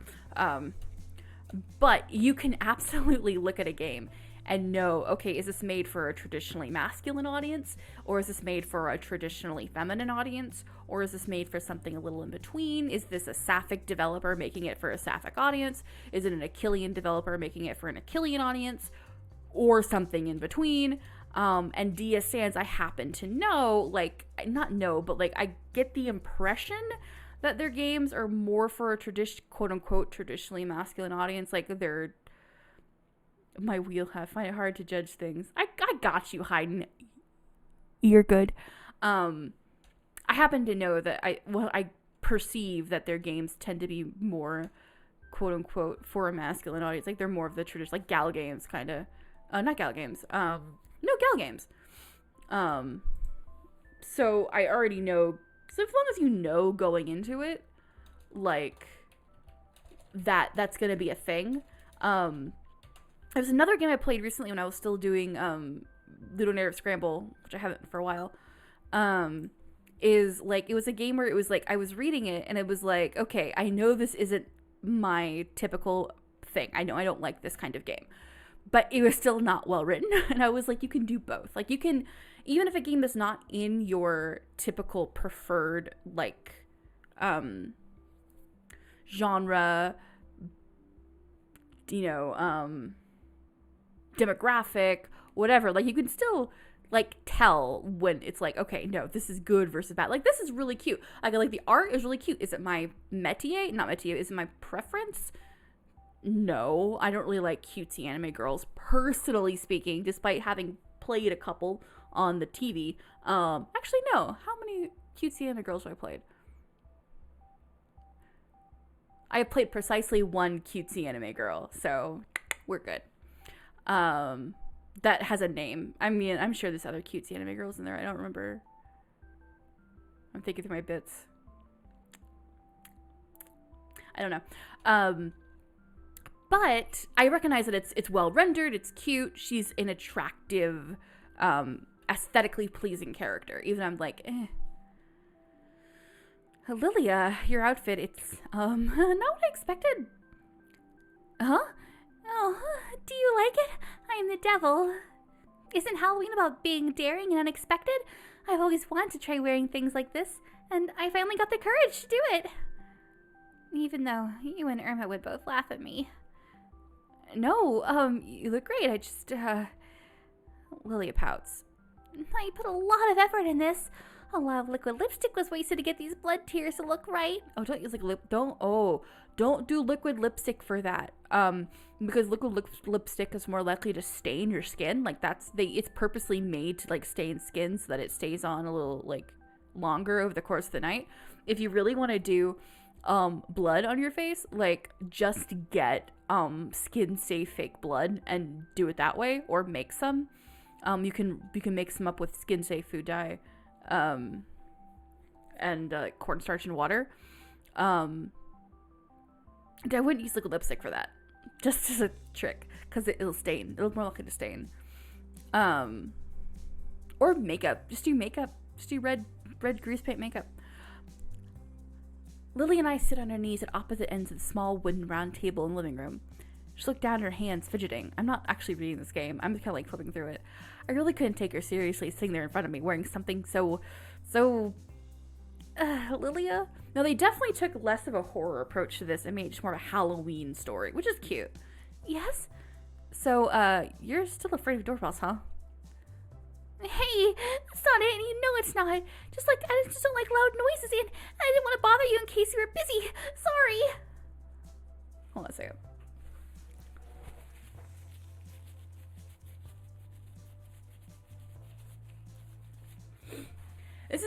So I like streaming this time of night because the chance I actually get to do it, but also it's when my allergies like super kick in, so I'm always like, eh. You never change, do you? Just like when we were kids. Lillian has always been a bit shy, a little strange and extremely clumsy. But that's her charm, I guess. Something about her makes me want to protect her, or tease her. I've known Lilia for so long, her quirks feel warm and familiar to me. I would have liked bespoke backgrounds. I'm not against photographic backgrounds.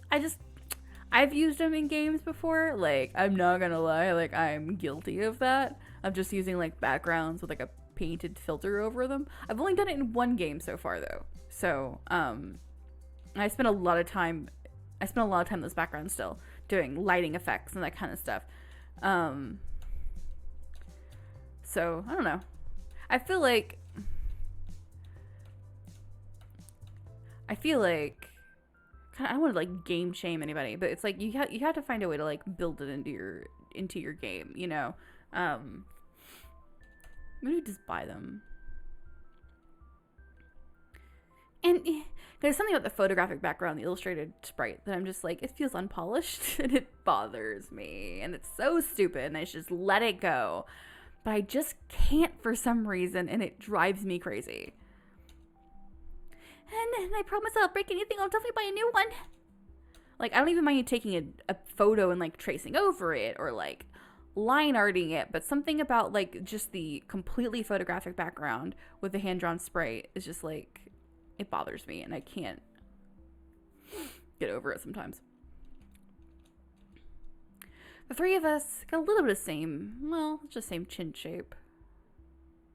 So those people to watch out for who do this, like, super anime style, I know I pointed this out in the other game too. Definitely check for things like same face syndrome. Like, this one isn't so bad because the eyes are different, but, like, you know, you don't necessarily have to make their full-on face shapes the same. If you want just a little more character variety. This one's not bad. This one's not bad. This one's not exactly an example of it. I'm not saying that this one is an example of that. That's just something to watch out for, especially in these very anime-esque sprites, which I hate using the word anime-esque because that doesn't mean anything. But it also is, like, one of the easier styles to get that trapped into. Well, they're both cute. Don't make me pick between Irma's cute, Lilia's cute. Let's see.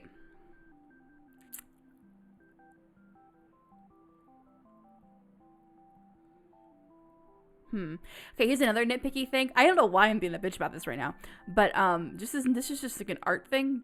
So, like, if you really want to, like, do, like, what they've chosen to do is fine. I'm not saying that they need to change this, but just keep in mind that, like, if you're an artist and you're wanting to do realistic leotards and stuff, this isn't as bad as some other offenders I've seen, but this is not typically the kind of line you see in a leotard like this. They don't, like, just scoop under and so you can see everything. Yeah, she does have a little boob drift. And, like, it's a little bit, it's a weird art pet peeve. Like, because it's just like, this isn't what your body does in a leotard. Your boobs get squished, for one. And, like, the line of it would be a little different, and you wouldn't get this whole belly button thing going on. And the only reason it bugs me is because otherwise it would be a really cute little outfit, and it would still be really sexy, and it would still be really, like, and it would still be really, like, cute, and it would still be really, like, alluring. But this is like, do you know what anatomy is kind of picture. And it's so nitpicky. I am being like super bitchy nitpicky about it right now. To be very, very clear. Because it's such a pet peeve of mine that you can draw sexy outfits that are still accurate to anatomy. And this is just this style of artistic choice is a pet peeve because it's an artistic choice. Like, do it, it's fine. Like, I'm not gonna stop you. Like, I'm not gonna come to your house and, like, take away your Wacom tablet. But it is a personal pet peeve when they do this kind of, like, under boob tuck thing for things like leotards and whatever. Because this dress is really cute, and I feel like the dress is properly draped over her form, especially the little caplet and everything, capelet. Let's go with Irma. I spent a long time just nitpicking that. And, like, I'm not, like, a professional artist, and so it may seem a little bit hypocritical. Fine. I'll take that. I'll take it. But I work really hard, so... Da, da, da, da, da.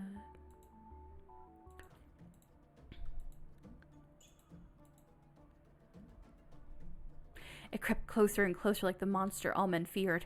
It scared even the most powerful and richest people on earth. Only a few were not overcome by fear from even the thought of the monster.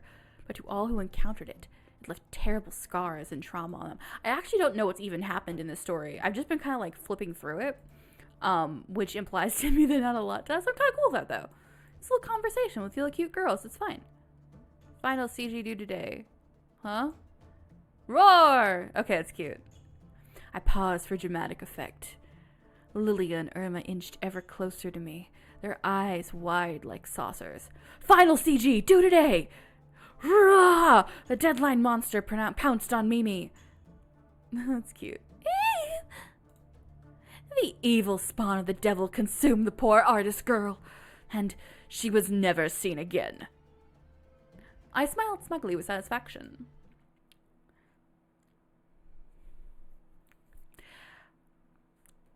Ash, I'm a bit disappointed and worried about our future as VN developers with stories like that.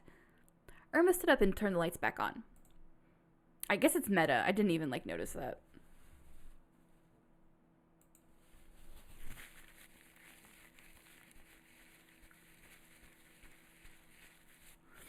Are we done already? Sorry. Nose.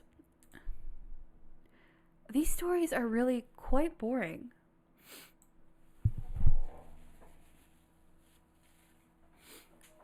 Irma stifled a yawn. Especially for a guy who brags about being half witch blood or whatever that means. Irma. I'm not a guy, though. What's with that anyway? A lot of your concepts involve evil witches. You know they're not real, right? Even if witches don't exist and can't hurt you. Okay, how about we have a food break? Irma, don't go there. Huh? Excuse me, Ash? You know what? I stormed over to the boxes with my grandmother's belongings. Inside, on the very top of a bunch of strange jars and emblems, was a light blue, hard-covered book. Some strange lettering adorned the front. I'm gonna go a little bit further. I want the apparently male protagonist's witch boy backstory, right? Exactly. Yeah, that's what I mean when I say it's an assumed male player, and about traditional masculine whatever. In my ideal world, if you wouldn't have any genders on any of the characters. In my ideal world, a first-person narrator would have no gender. So I'm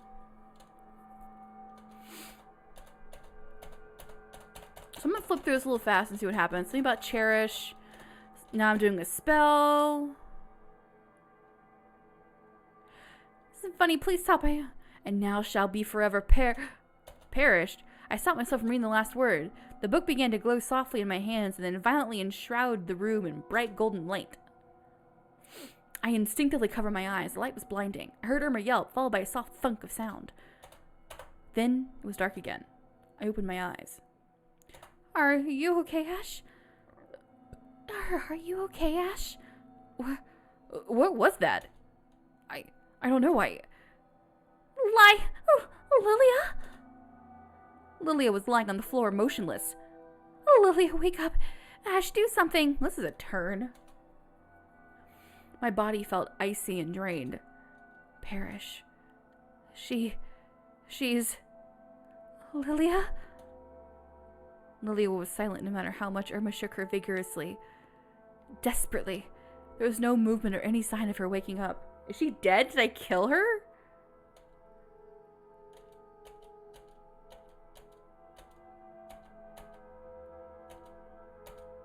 Now we don't have much time.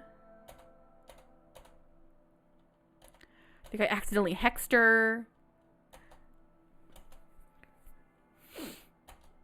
This took a turn.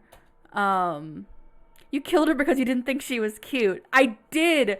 I thought they were both cute. I wouldn't have wanted to kill either of them. Okay, so it looks like Irma and I are going to try to go figure out how to reverse Lilia's hex. That's exciting. Let's kind of see where the story goes real fast. Because I have one more game I wanted to hit before it gets too late. Yeah, so it looks like that's how the rest of the story goes. Cool. Looks like Illy and I are gonna go save, or Irma and I are gonna go save Lilia. That's cute. I enjoy that. I enjoy the concept of like, oh, I've inadvertently hexed my friend, because I didn't think she was as cute as the other friend. And now we're in trouble. Like that's cute. it's just not a lot happened there. Like, I know we kind of like were going through it. Like, I was going through it pretty quickly and it was still kind of slow to start. Like, I think they could have gotten to the point a little faster if that was going to be the rest of the game, like, oh, Ilya and Irma are going to have to, or you and a girl are going to have to go save the other girl, it's like, I think you could have gotten there. It's only 10,000 words.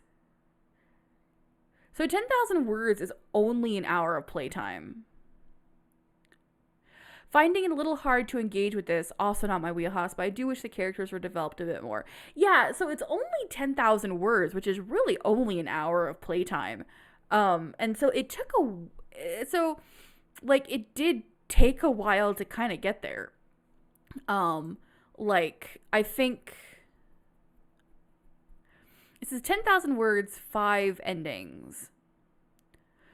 10,000 words, 5 possible endings based on your choices, 4 CGs, original art, high quality UI, cute girls.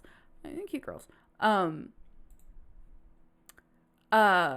It with only 10,000 words, we spent a lot of time before even getting to the premise. Like, I thought that was going to be a 30 or 50,000 word game because of how long it took to actually get to the, okay, here we are. So I would have liked a little more character development, a little faster to actually get to the point, and then you, like, engage with the people.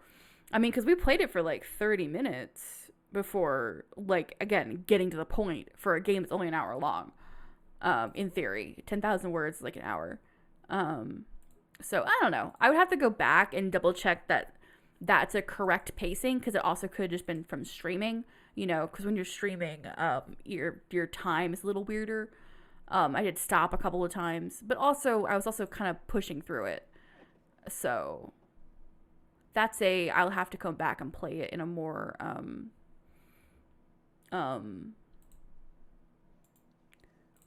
neutral setting. Now, this game is called Asobi.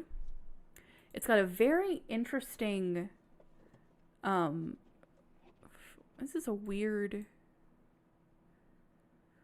a very weird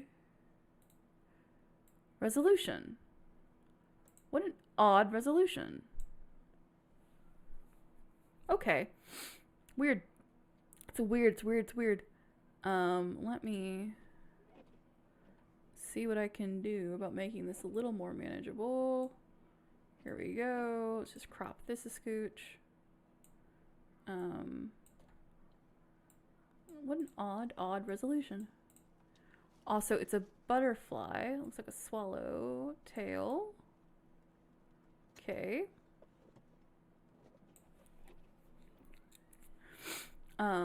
Cool. So this is Asobi. This will be our last game tonight.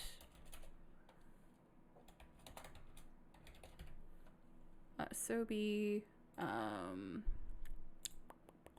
Team Soul Etude is the developer, and it's got really interesting screenshots, so I'm kind of stoked on this one. Let's find out.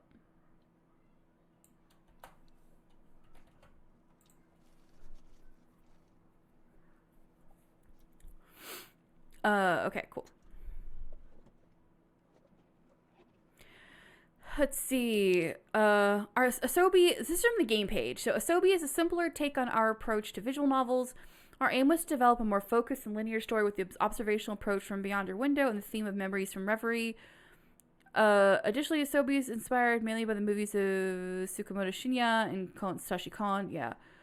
Kon Satoshi.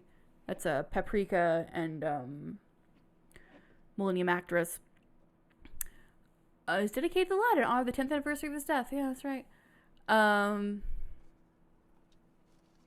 With this project, we don't intend to offend or hurt anyone, but our only intention is to tell a story and not give a moral lecture. Our aim is to develop a more focused and linear story. So, that's all well and good. Just keep in mind that those are things that already exist. They're sound novels or kinetic novels. So be sure if you're like, oh, I want to make a VN, but I want to make it linear. You're not the first person to have ever done that. And I would go and look and see how other developers have made linear games. Because there's something, like we just played one. Because linear game in a visual novel format plays a little differently than a branching game in a visual novel format. Not a lot, but it's kind of like something I've talked about before. I thought about this when I was playing Dear Devere by Katie. 1137. Why isn't this cropping anymore? Okay, I've found, like, so I feel like King of the Cul-de-Sac is a good example of this, or I feel like Oteri is a good example of this. No, go away, Windows. It's a linear visual novel. It's a kinetic novel. It's an interactive graphic story, and it's something that he worked really hard to make the programming worth it. So that's something I've talked about before, not before, but I've talked about in the context of, like, why are you bothering to make this a game when it would have worked better as a comic, or it would have worked better as a, just a short story? Why isn't it cropping the way I want it to? I'll figure it out later. So those are things to take into consideration. If you're going to bother programming it, make sure the programming is worth it. Or it works with the story. Because you could have made it an audio drama. You could have made it a short story. You could have made it a comic. So if you're going to go through the effort of programming it, that's my personal opinion. Obviously, grain of salt that shit.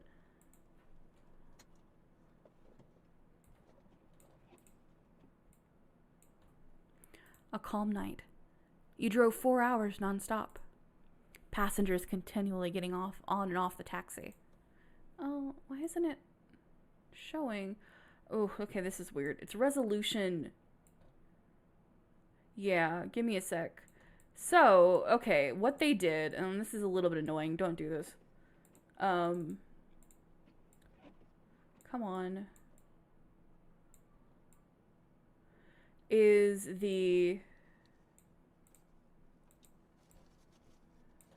Okay, because I don't know what the bounds of this game are. We're about to find out. So, if you look at the menu screen, I don't know why they did it this way, but it looks like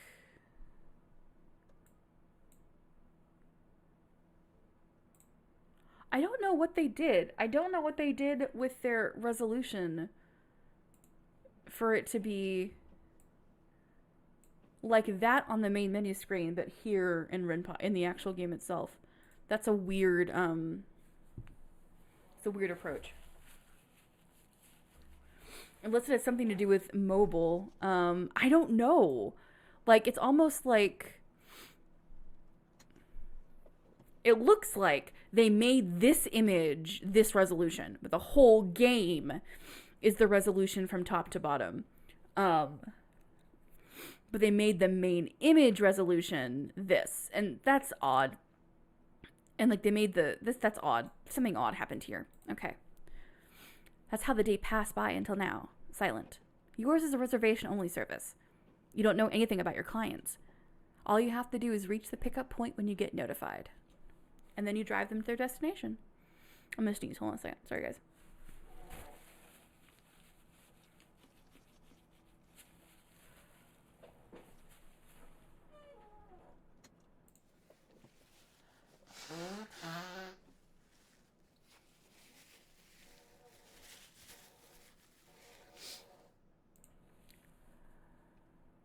Pardon me, I sneezed, and I didn't want you to be a part of that. Okay, cool. And then you drive them to their destination. The majority doesn't talk at all. But sometimes some of them do. When your clients talk to you, it feels as if you're exploring them. Every nuance, every secret, everything emerges from their heart's darkness. And when that happens at night, with all the lights turned on and the streets empty, you have the impression of driving in an endless tunnel of sensations, suspended from reality. Here you are there. You've reached the pickup point, where a girl is waiting for you. She looks at the taxi, unimpressed. What? She must be used to seeing such luxury. Okay, she rapidly gets in. Her jacket and handbag are put neatly on the seat next to her. Good evening, miss.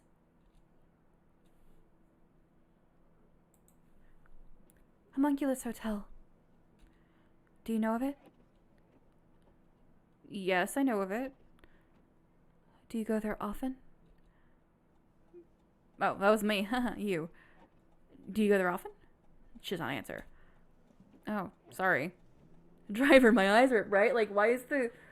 I'm a little bit chagrined that, like, they decided to put the camera angle, like, right at the cleavage. It's like, okay, I get that it's, like, artsy and dramatic, but also, like, dude, come on. Way to objectify. My work. Sometimes my entire life. Once you say you're headed to a hotel and you have no suitcases with you. It's easy to understand who you are. I mean, she's a prostitute. I get that. I get. Especially what you do for a living.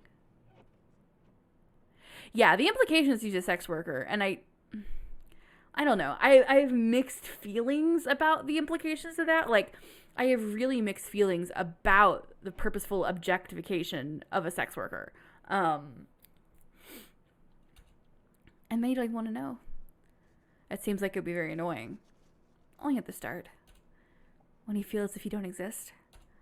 Or as if existing or not makes no difference. Because, like, I think they could also... Like, I get the... I get the idea of, okay, we're not going to see her face because she's an anonymous person. I think you could do that without just a boob shot of a deep V. Like, I don't know. That's a weird choice.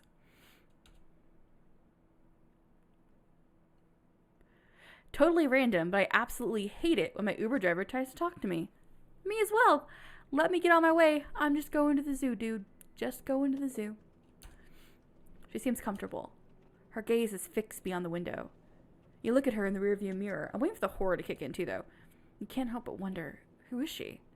And curiosity begins to animate your thoughts. I don't like this cab driver. I don't like being a cab driver who's needling a sex worker about her life. I don't empathize with this main character they're asking me to empathize with. My family, just how you would imagine an unsafe haven.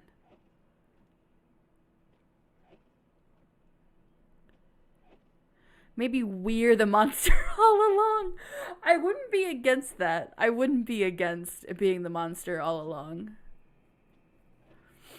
I play that game. How are your feelings? The words you like to say can't be said.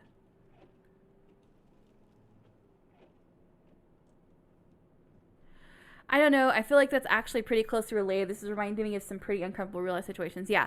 Like, yeah, no, like I get it. And it's like, it's real. I'm really going to have to see how they decide to pull this out.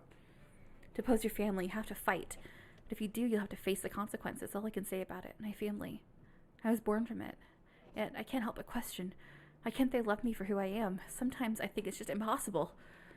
It doesn't matter who our parents are. We're going to end up very different from them. When I left, everything remained as before. A cage. Sadness was following me anyway. Blood was following me anyway. My ghost was following me anyway. You think you know me? So navigator phase. Well, that's about it.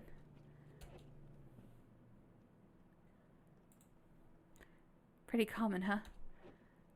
I know that I'm not the only one with a similar story. I'm a pretty common girl. Is it okay if I turn the radio on?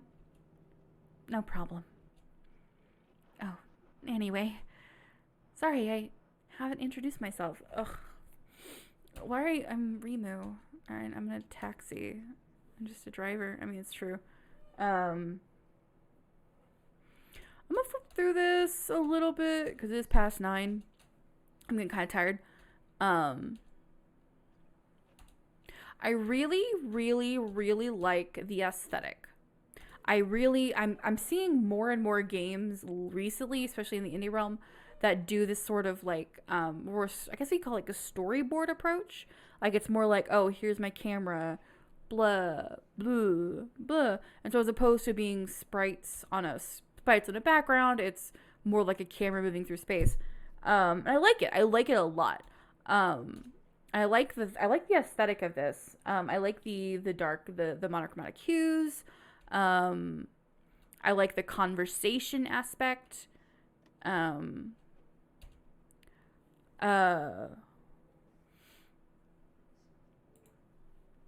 I'm just, oh, it's a chill game, you know.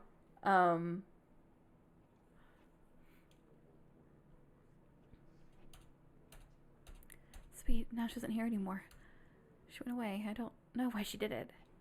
She didn't leave any message behind. But so now I'm just I'm flipping through a little faster.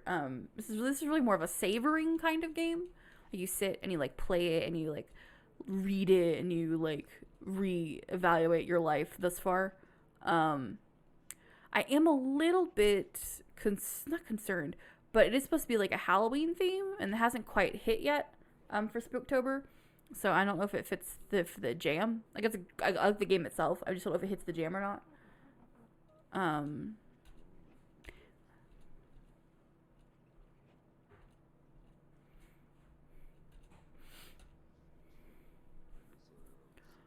Wait for me there.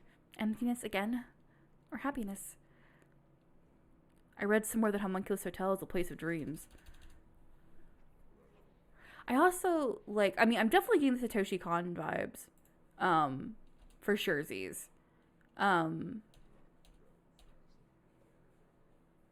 Calling it, you are driving her to her doom. Probably. Oh, that was Japanese.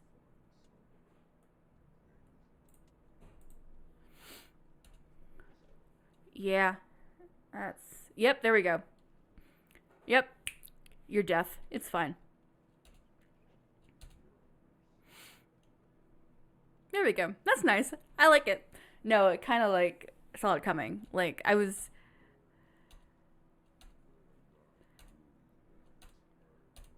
it. No, I like it. It's good. I want to come back and kind of savor it some more. Because like yeah, about halfway through, I was like, oh yes, I'm deaf, aren't I?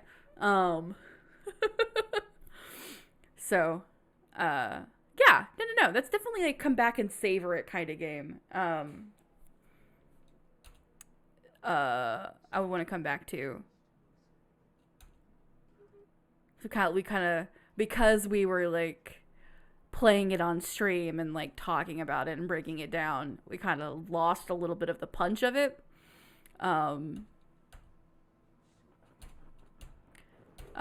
Which is unfortunate. But so yeah, I liked it. I liked it in the end. Weird resolution issues aside, I think they could have just benefited from taking this title page and going ahead and like expanding it to make it fit what the expected resolution is. Definitely some of the most meaningful artistic choices so far. Absolutely. Oh, it said it was inspired by Satoshi Kon there. Yeah, it did. And also it inspired it on the, it said it on the game page. And I could see it. I could definitely see it. Like kind of introspective, highly stylized kind of feel. There aren't as many, why my hair is doing the kind of a weird thing right now under my headset. I need some more Junji Ito inspired visual novels. I'm gonna put that energy out into the world. I require more Junji Ito inspired visual. I require any Junji Ito inspired visual novels. Just saying. Okay, so that's it for tonight. I'll come back on Monday with some more games. Hopefully my allergies. I say that it's been 3 days and they haven't kicked off yet. It's been like a week and they haven't left me. Would be more in. Yeah.